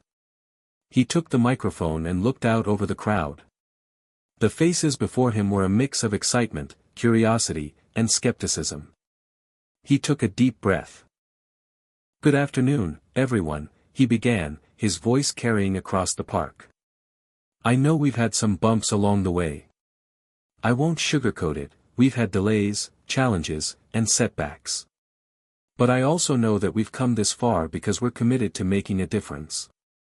And today, I'm here to tell you that we're not backing down. We are in this with you, for the long haul. Kendi paused for a moment, letting his words sink in. He could feel the weight of the eyes on him, but he didn't falter. He had to be the one to show them that despite everything, they were still moving forward. We've learned a lot over the past few months, he continued, about how to listen, how to adapt, and how to stay focused on what matters. And today is not just about showing you what we've done, it's about showing you what we're going to do. We are not just here to build programs, we're here to build relationships. We're here to build trust. And together, we're going to create something that lasts. We're just getting started, and we're going to keep going, no matter what it takes. The crowd began to murmur, some nodding in agreement, others still uncertain. But Kendi could see something shifting. The skepticism was being replaced with hope, and for the first time in a long while, he felt like they were moving in the right direction. Later that evening, as the event wound down, Kendi stood with his team, watching the last few attendees trickle out of the park. There was a sense of quiet satisfaction among them, but they all knew this was just one step in a much larger journey. "You did it," Jamal said, clapping Kendi on the back. "You gave them something to believe in." Kendi smiled, though there was still a hint of nervousness in his eyes. "We've got a long way to go, but it feels good to be moving forward." Isaac and Sophia stood beside them, both of them looking out at the crowd. "This is just the beginning," Sophia said, her voice soft but confident. "We've proven we can adapt, and we've proven we can overcome. Now, it's about consistency." Kendi nodded. "Exactly. We've earned their trust today. Now, we have to make sure we don't lose it. One step at a time." As the team gathered their things and prepared to leave, Kendi felt a renewed sense of purpose. The weight of leadership was still heavy on his shoulders, but he had learned something important that day: leadership wasn't about being perfect. It was about persistence, vulnerability, and showing up, even when things seemed impossible. And as he looked at his team, his friends, his partners, he knew that they were ready for whatever came next. The road to redemption was long, but Kendi was determined to walk it, step by step, knowing that every challenge they faced only brought them closer to the world they dreamed of building. Kendi sat at his desk, the glow of his laptop screen casting long shadows across the room. The night had stretched into the early hours of the morning, and he could hear the hum of the city outside, indifferent to the storm brewing in his mind. The event they'd held had been a success, there was no doubt about that. The community had rallied behind them once again, and the team had proved they were capable of adapting under pressure. But there was something gnawing at Kendi, a sense that the battle was far from over. For all the applause, the support, and the newfound optimism, Kendi knew that trust, true trust, was not something that could be restored in a single event or a few carefully chosen words. It was fragile. It had to be nurtured. And now, the real test was upon them: could they maintain this momentum? As Kendi looked over the updates from the event, social media posts, thank you messages from the local leaders, the many pictures shared by community members, he couldn't help but feel a pang of doubt. While there was visible support, there was still the ever-present undercurrent of skepticism. People didn't just want promises, they wanted results. And in a project like theirs, results couldn't be rushed. They needed time. His phone buzzed on the table, snapping him out of his thoughts. It was a text from Sophia: "We need to talk. Urgent." Without hesitation, Kendi tapped out a quick reply: "I'm on my way." When Kendi arrived at the office, Sophia was already waiting. She was pacing back and forth, her face a mask of concern. "Kendi," she started, barely giving him a chance to sit down, "I just got off the phone with Isaac.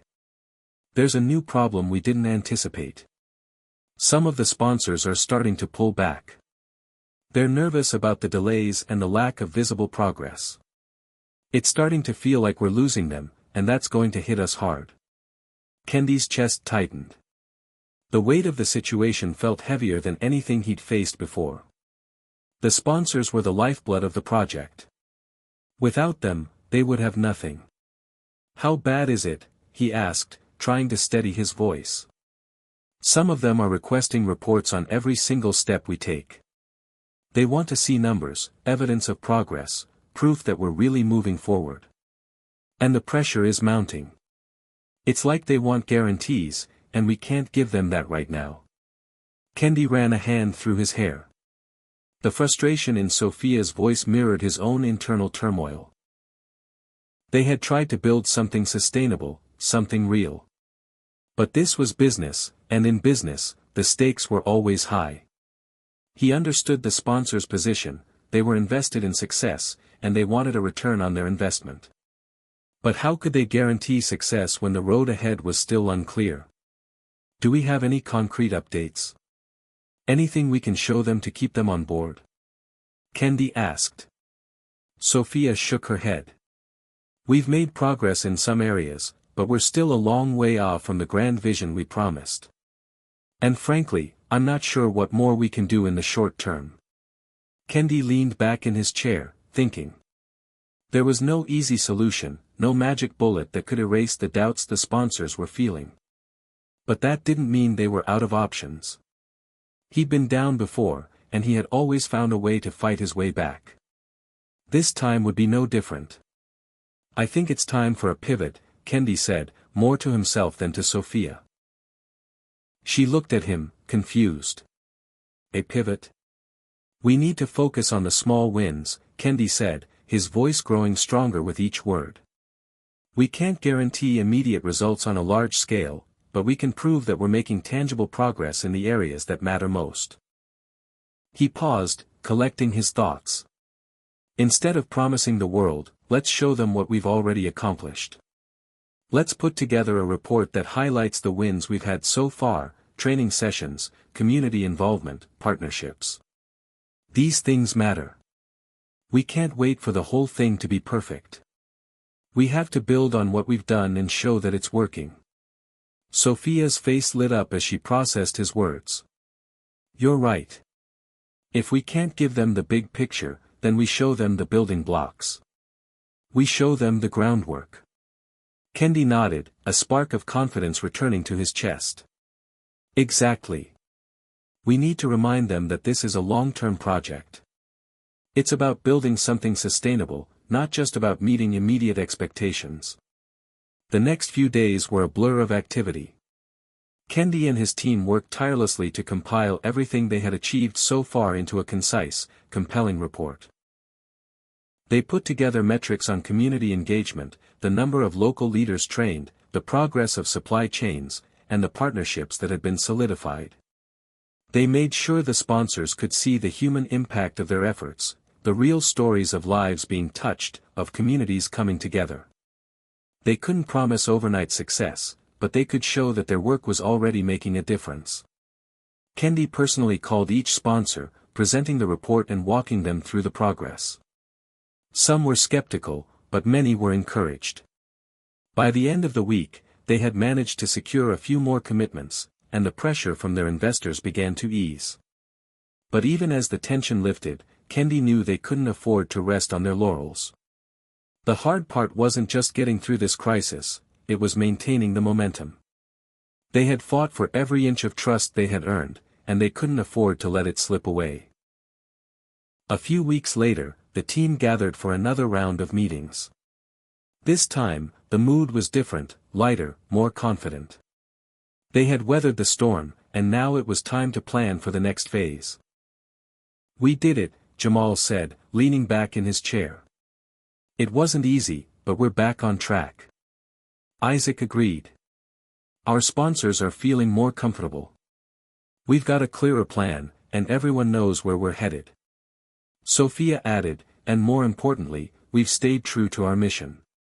We've been transparent, honest, and consistent. I think the trust we've built is going to pay off in the long run. Kendi smiled, but his eyes were still sharp. We've made progress, but we're not done yet. There's always another challenge around the corner. We can't afford to get complacent. The team nodded in agreement. There was a renewed sense of purpose in the air. They had faced a crisis, fought their way through it, and come out stronger on the other side. But Kendi knew this wasn't the end of the road, it was just another chapter in the long journey ahead. They had learned that the road to success wasn't a straight line. It was a series of twists and turns, each one offering its own set of obstacles and opportunities. But as long as they kept moving forward, kept adapting and learning, there was nothing they couldn't overcome. Kendi stood up, his voice steady and resolute. We've learned how to turn setbacks into stepping stones. Now, let's keep building. Let's keep proving that this isn't just a project, it's a movement. And we're just getting started. The road ahead was still uncertain, but Kendi knew one thing for sure, they were on the right path. And as long as they stayed true to their purpose, kept their eyes on the horizon, and kept fighting for what mattered, there was no challenge they couldn't face. Together, they would continue to turn the tide. Kendi's footsteps echoed in the empty hallway of the building as he made his way to the conference room. He had been in and out of meetings for the past few days, but this one felt different. The weight of the last few weeks, the pressure of managing the team, the constant juggling between community needs and sponsor demands, was beginning to take its toll. The stakes were higher now, and with each day, the expectations seemed to rise. As he reached the door, he paused for a moment, taking a deep breath. He could hear the murmurs of his team inside, discussing the final steps before their next big push. This was supposed to be the turning point, the moment they transitioned from survival mode to growth. But as Kendi turned the handle, he couldn't shake the nagging feeling that something wasn't right. Inside, the team was gathered around the table, papers scattered, laptops open. Jamal looked up first, a slight frown on his face. "Kendi, we've got a situation," Jamal said, his tone low but urgent. "Isaac just got off the phone with one of the community partners, and there's some serious resistance building. It's starting to feel like we're losing support on the ground. They're saying we're not delivering quickly enough." Kendi's stomach dropped. He had known this day might come, but hearing it out loud still felt like a punch in the gut. "What's the issue?" Kendi asked, his voice steady, though inside, a storm was brewing. Sophia spoke next, her voice tinged with concern. "They feel like the technology we've promised isn't being rolled out as quickly as they were led to believe. And with the way things are progressing, especially after the setbacks, they're wondering if we're actually capable of following through." Kendi sat down, his mind racing. He had always known that the technology side of their initiative was the hardest part. There were so many variables to account for, from the infrastructure needed to the partnerships with tech companies to the on-the-ground training. But this wasn't just about technology, it was about trust, and it seemed like the cracks were beginning to show. "I thought we were on track," Kendi said, looking at Isaac, who had been quietly scanning his laptop. "What happened?" Isaac looked up, running a hand through his hair. "It's not that we're not moving forward. We're just not moving forward fast enough for them. We've hit another delay with the local authorities on the ground. The permits are taking longer than expected, and without them, the whole rollout is stuck." Kendi closed his eyes for a moment, trying to ground himself. This wasn't new. They had dealt with delays before. But now, with the pressure from sponsors and the increasing frustration from the community, it felt different. He needed a plan. He needed something concrete that would reassure everyone that they could turn this around. "We need to go back to the community," Kendi said, his voice taking on a sense of urgency. "We can't wait for everything to fall into place. We need to be transparent. We need to show them we're still here. We need to remind them why they believed in us in the first place." Jamal nodded. "I agree, but we can't just talk about what we're doing, we need to show them something tangible. Something that proves we're not just giving them words, but action." Sophia added, "Maybe we could highlight the small wins again, focus on what's actually been accomplished rather than what's still in the pipeline. The community has been patient with us up to this point, but they need to see results." Kendi stood up, his resolve hardening. "All right, here's what we're going to do. We're going to host a series of local workshops to showcase the technology we've been developing. We'll show the community how it works and what's already in place. We'll give them a chance to try it out firsthand. It's time for us to be out there, on the ground, making sure that we're not just talking the talk, but walking the walk." The team got to work immediately. They contacted local leaders and arranged for a series of workshops across the community, aimed at demonstrating the technology and its potential impact. It wasn't going to be easy, and there was a lot of preparation to be done in a short amount of time, but they knew they couldn't afford to waste any more opportunities. As the days passed and the workshops drew nearer, the tension in the office was palpable. Kendi found himself walking the fine line between optimism and anxiety. He had to keep the team motivated, but the truth was, there were no guarantees. The success of this next phase would depend entirely on the community's response. The night before the first workshop, Kendi found himself standing outside the community center where the event would take place. The building was small, unassuming, but to him, it represented everything they had worked for. He stared at the front doors, taking in the familiar street corner and the scent of the night air. The pressure was enormous. He could hear the voices of his team behind him, still finalizing preparations. Jamal was double-checking the equipment, and Sophia was making sure the food and seating arrangements were ready. But Kendi couldn't shake the doubt that lingered in the pit of his stomach. "I thought we'd be further along by now," he muttered to himself. "I thought we'd be able to do more." A voice behind him broke through his thoughts. It was Sophia, her tone gentle but direct. "Kendi, we've come a long way. This isn't about doing everything at once. It's about showing that we're still here, that we're still moving forward, even when things aren't perfect." Kendi turned to face her. "I know, Sophia. But I feel like I'm holding this entire thing together by a thread. Every day is another battle, and I'm starting to wonder if we'll ever catch up." Sophia gave him a reassuring smile. "You've been leading this team through every obstacle, and look at where we are now. It's not about being perfect, it's about progress. You've shown all of us that even when it seems impossible, we don't give up. That's what got us here." Kendi nodded, his heart a little lighter. She was right. They had made it this far, and they had come together as a team in ways he had never imagined. Even when everything seemed stacked against them, they kept pushing forward. The next morning, the first workshop took place. Despite the nervous energy that hung in the air, the community turned out in force. People came from all over the area, eager to see the technology that had been promised to them. There were moments of doubt, but there were also moments of excitement.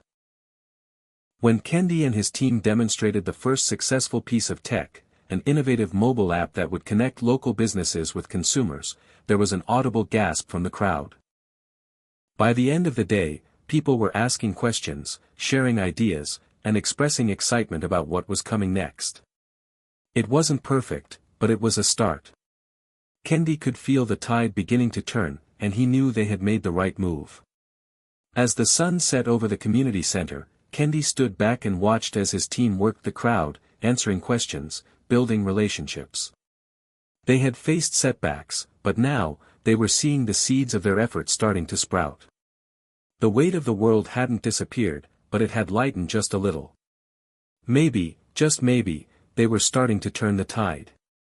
And Kendi knew, for the first time in a long time, that they were on the right track. It wasn't going to be easy, and the road ahead was still uncertain, but he was ready for whatever came next. One step at a time. Kendi sat at the edge of his bed, the soft glow of his bedside lamp illuminating the quiet room. The faint hum of the city outside barely made its way through the walls, but inside his mind, the noise was deafening. The community workshops had been a turning point. He had seen the hope in people's eyes when they interacted with the new technology, felt the surge of excitement in the air. But as he stared out the window, Kendi knew the battle was far from over. The workshops had gained them some crucial ground, but the sponsors, still holding their breath, weren't fully convinced. The next deadline was looming. Kendi could feel it hanging over him like a dark cloud, suffocating in its presence. They had made progress, but it wasn't enough. They needed a breakthrough. A way to demonstrate that they were, indeed, capable of delivering on their promises. He had no doubt that his team could rise to the occasion, but there were still so many unknowns, so many hurdles yet to clear.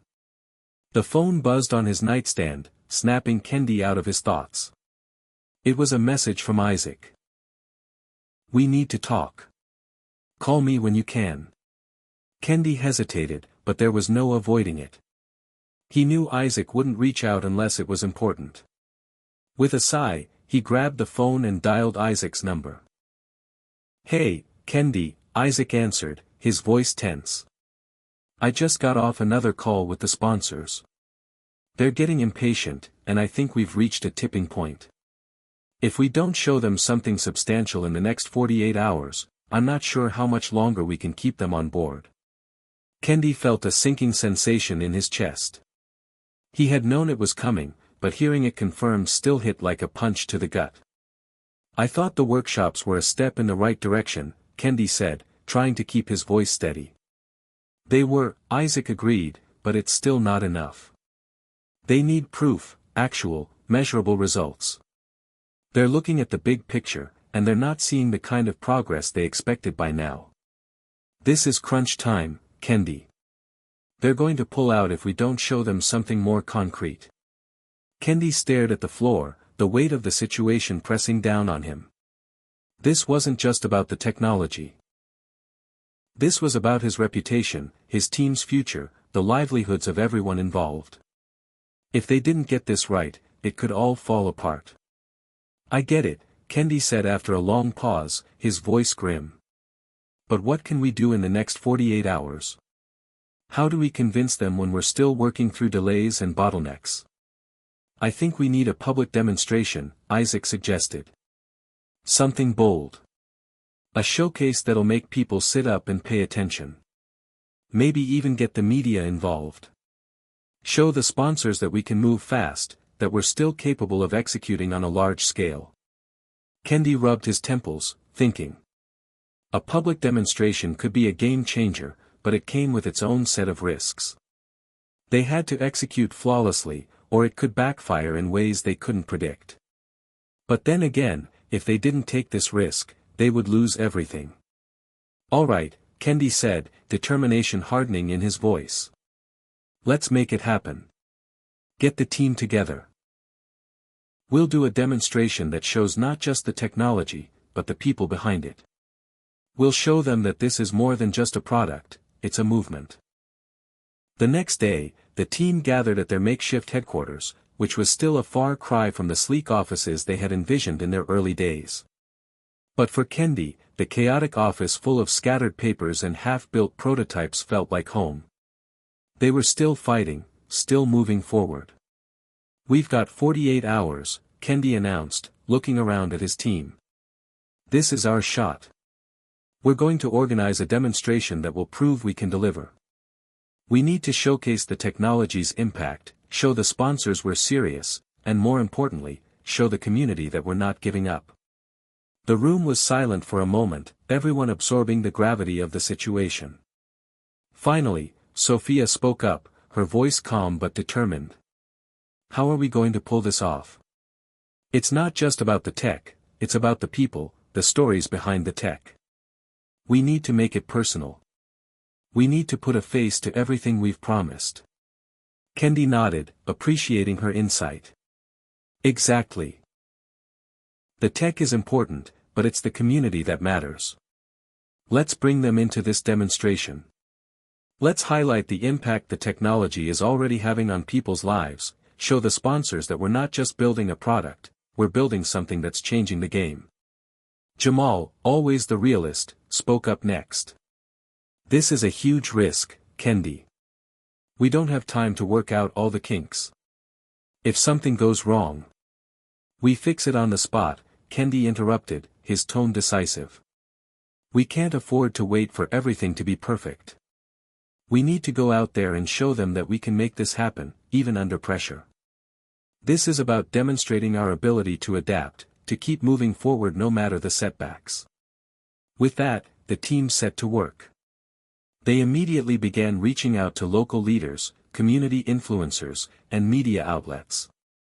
They needed the event to draw attention, not just from their sponsors, but from the broader community. They needed to show that this wasn't just a project, it was something that had already begun to change lives. The next 48 hours felt like a whirlwind. Meetings, phone calls, and last-minute preparations dominated every minute. Kendi had never felt more alive, and yet, every second seemed to stretch on forever. The pressure was unbearable, but he couldn't afford to falter. Not now.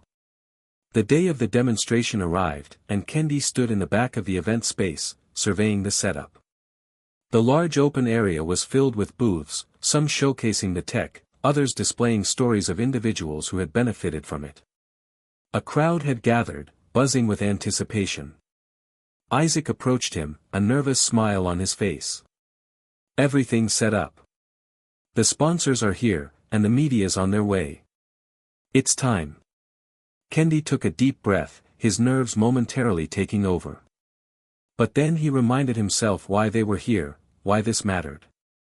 He had spent countless hours in meetings, in brainstorming sessions, pushing himself and his team to be better.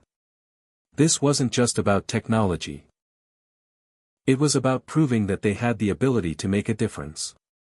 That they were more than just a promise, they were a movement in the making. He nodded, turning to the team. Let's do this. The demonstration began, and Kendi felt the weight of the moment settle onto his shoulders. But as the first group of community members began to interact with the technology, testing out the apps, using the systems, and seeing firsthand the impact of the work they'd done, something incredible happened. There was an energy in the room that Kendi hadn't felt before. The doubts, the pressure, the fear, all of it began to melt away as he watched people react with genuine excitement.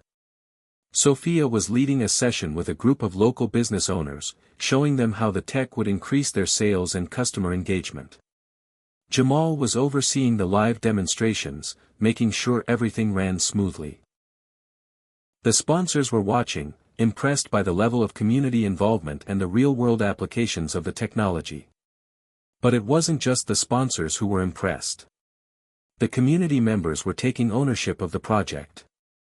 They were the ones explaining the tech to their neighbors, sharing stories about how it had already begun to make a difference in their lives.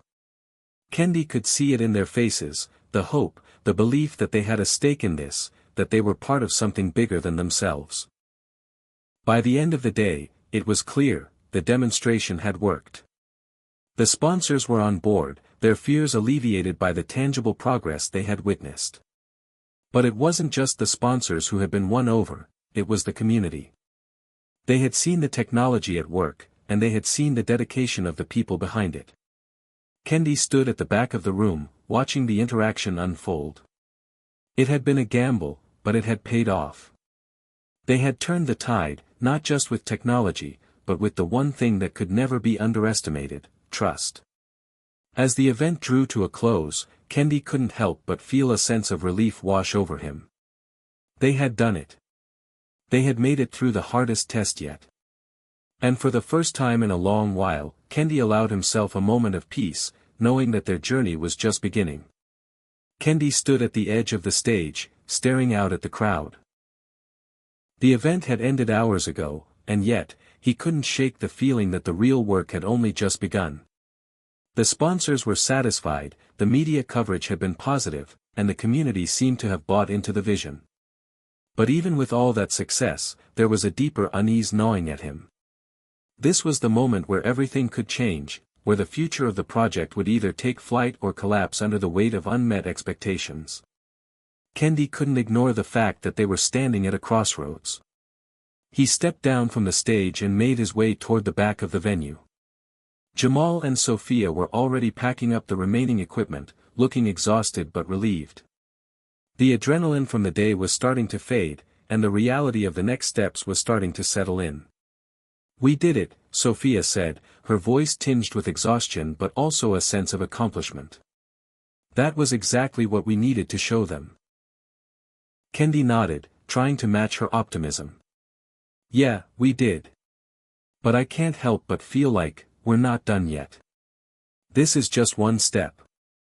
The real work is in sustaining this momentum."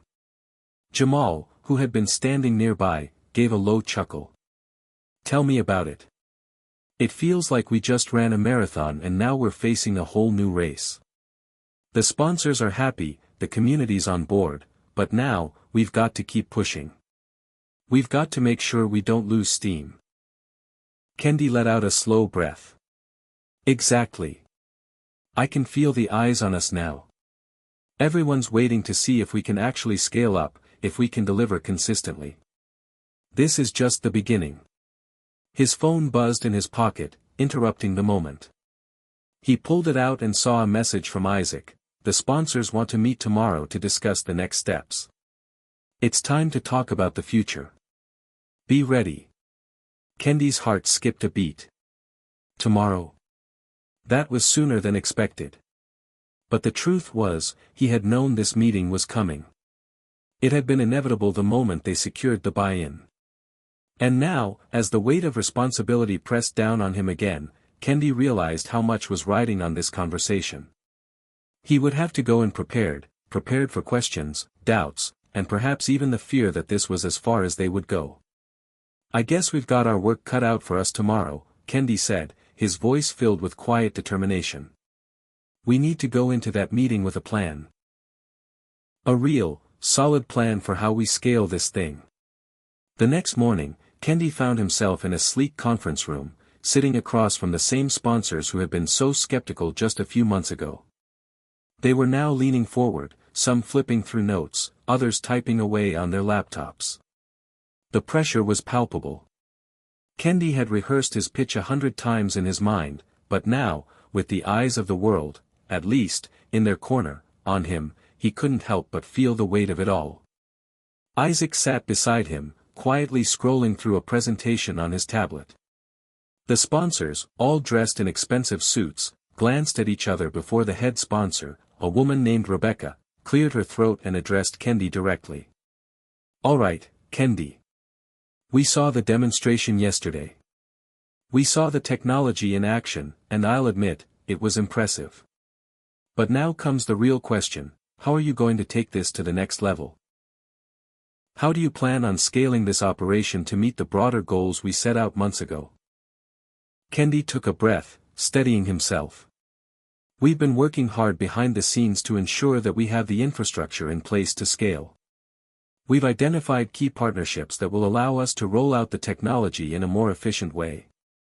We've also refined our training program for local teams to ensure that we don't lose momentum as we expand. Rebecca nodded, but her face remained stern. That's all well and good, but we need to see numbers. How much is this going to cost, and how quickly can we expect a return on investment? You've given us a lot of promises, but we need to see concrete results before we invest further. Kendi's stomach churned. He had known this was coming. The sponsors wanted certainty, but the truth was, there were still too many moving parts to guarantee immediate returns. He glanced at Isaac for support, but Isaac's eyes were fixed on his tablet, focusing on the presentation. Kendi knew that the burden of answering these questions rested on him alone. Right now, we're in a critical phase, Kendi said, keeping his voice calm and measured. We've made significant progress, but there are still hurdles we need to overcome. The rollout is going to take time, but we've set realistic milestones. Our goal is to get the first phase up and running within the next 6 months, and from there, we'll look at scaling to other regions. Rebecca leaned forward, folding her arms across her chest. 6 months is a long time, Kendi. What are you doing in the meantime to keep the momentum going? What's the immediate plan? Kendi paused. He had anticipated this line of questioning, but now that he was facing it head-on, he had to deliver. He wasn't just speaking to the sponsors now, he was speaking for the future of his team and the community they were trying to serve. We're focusing on community engagement, Kendi said. We know that without the support of the community, none of this will work. So, we're doubling down on local outreach, ensuring that the people who are going to be using this technology are not only comfortable with it but are actively involved in its development. We'll be hosting more workshops, providing hands-on training, and offering resources to support local businesses that will benefit from our technology. At the same time, we'll continue building partnerships that will allow us to scale rapidly once the foundation is laid. Rebecca raised an eyebrow, clearly impressed but still skeptical. I see. But you understand that we need to see tangible proof of progress. No more theory. We need results. Kendi nodded. Understood. We're committed to delivering on those results. We've already begun to see positive feedback from the community, and with this next phase, we're setting up key performance indicators to track progress every step of the way. Rebecca glanced at her colleagues, and Kendi held his breath, waiting for their verdict. The tension in the room was almost unbearable. Finally, Rebecca spoke again. All right. We'll move forward with the next phase, but we're putting a lot of pressure on you and your team. You need to prove that you can meet these milestones. If you fail to deliver, we'll reassess our involvement. Kendi's heart raced, but he kept his face neutral. He nodded. I understand, and we're ready. We'll make it happen. As the meeting wrapped up, Kendi felt a strange mixture of relief and dread. The sponsors had agreed to move forward, but there was no mistaking the fact that the pressure was now on him and his team like never before. He had known that this day would come, but the weight of the decision, the responsibility of it all, was beginning to sink in. On the drive back to the office, Kendi found himself lost in thought. The moment of victory from the demonstration seemed so far away now, replaced by the harsh reality of what lay ahead. But he couldn't let that overwhelm him. They had made it this far, against all odds, and now was the time to prove that they could finish what they had started. It wasn't going to be easy. There were still many obstacles ahead.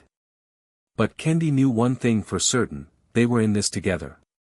And as long as they continued to fight for each other, there was nothing they couldn't overcome. Tomorrow, the real work would begin. The days following the meeting with the sponsors felt like a blur.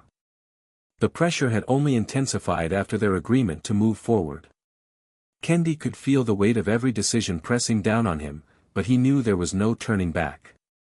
This was the moment they had been working toward, and he would not let it slip away.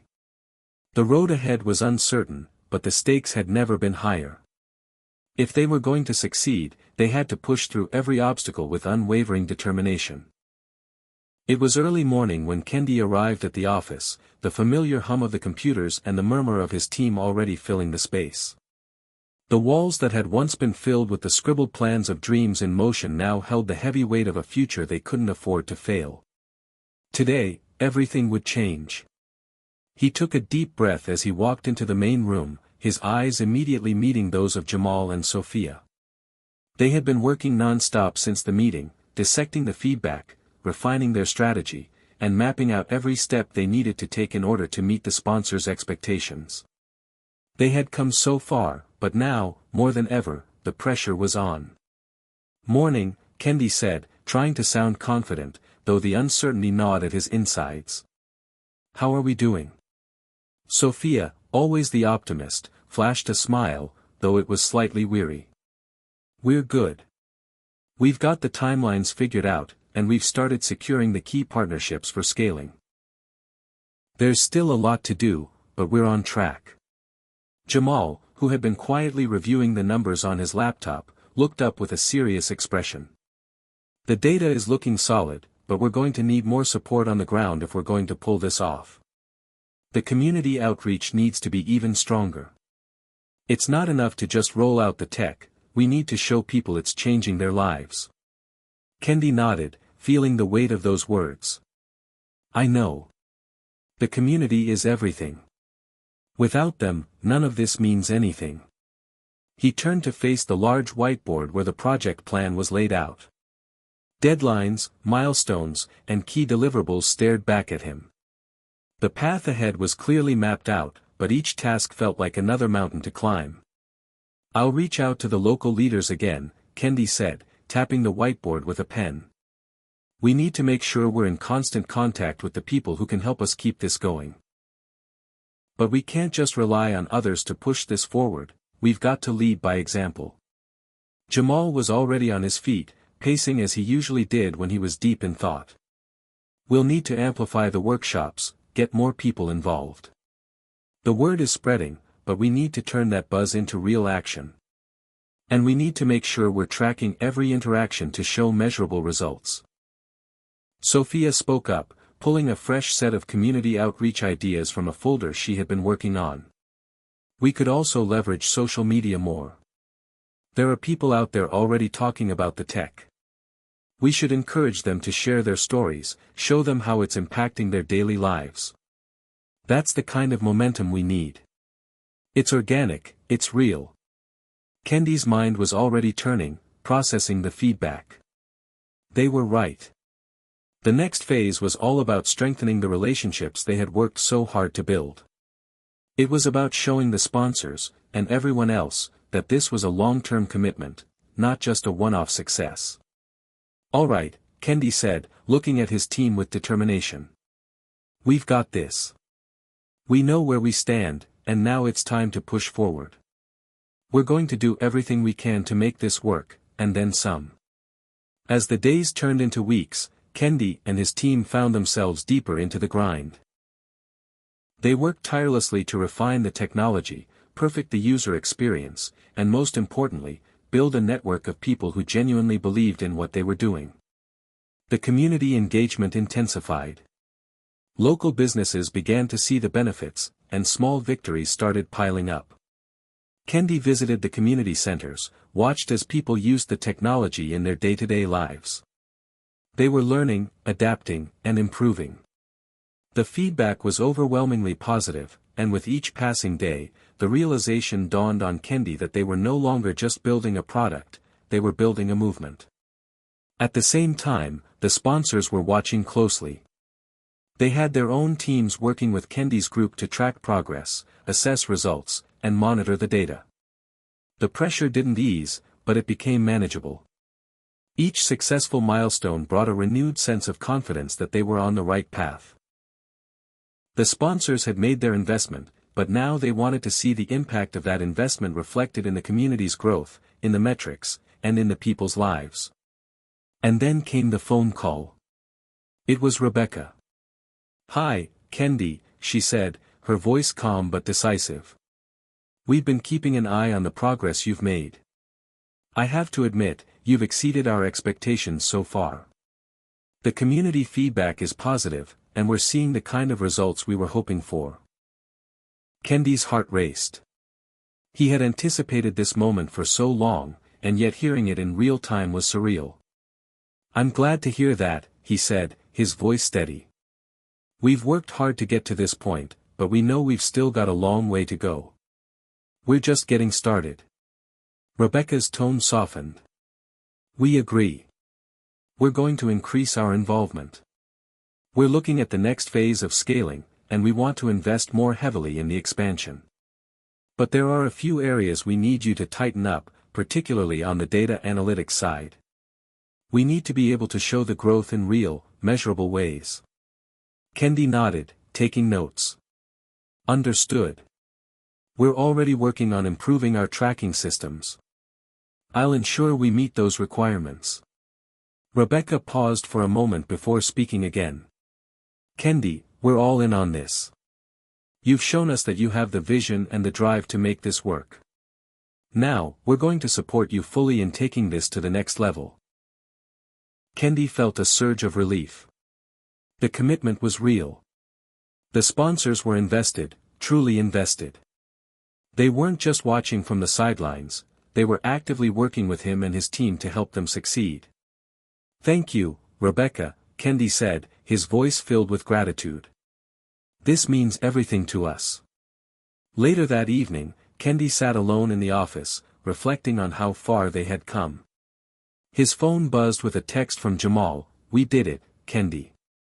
I knew we could." Kendi smiled and texted back, "We're not done yet. But we're closer than ever." It was true. The road ahead was still long, but for the first time in a while, Kendi could see the light at the end of the tunnel. They had made it this far. They had proven that with determination, innovation, and a commitment to the people they were serving, anything was possible.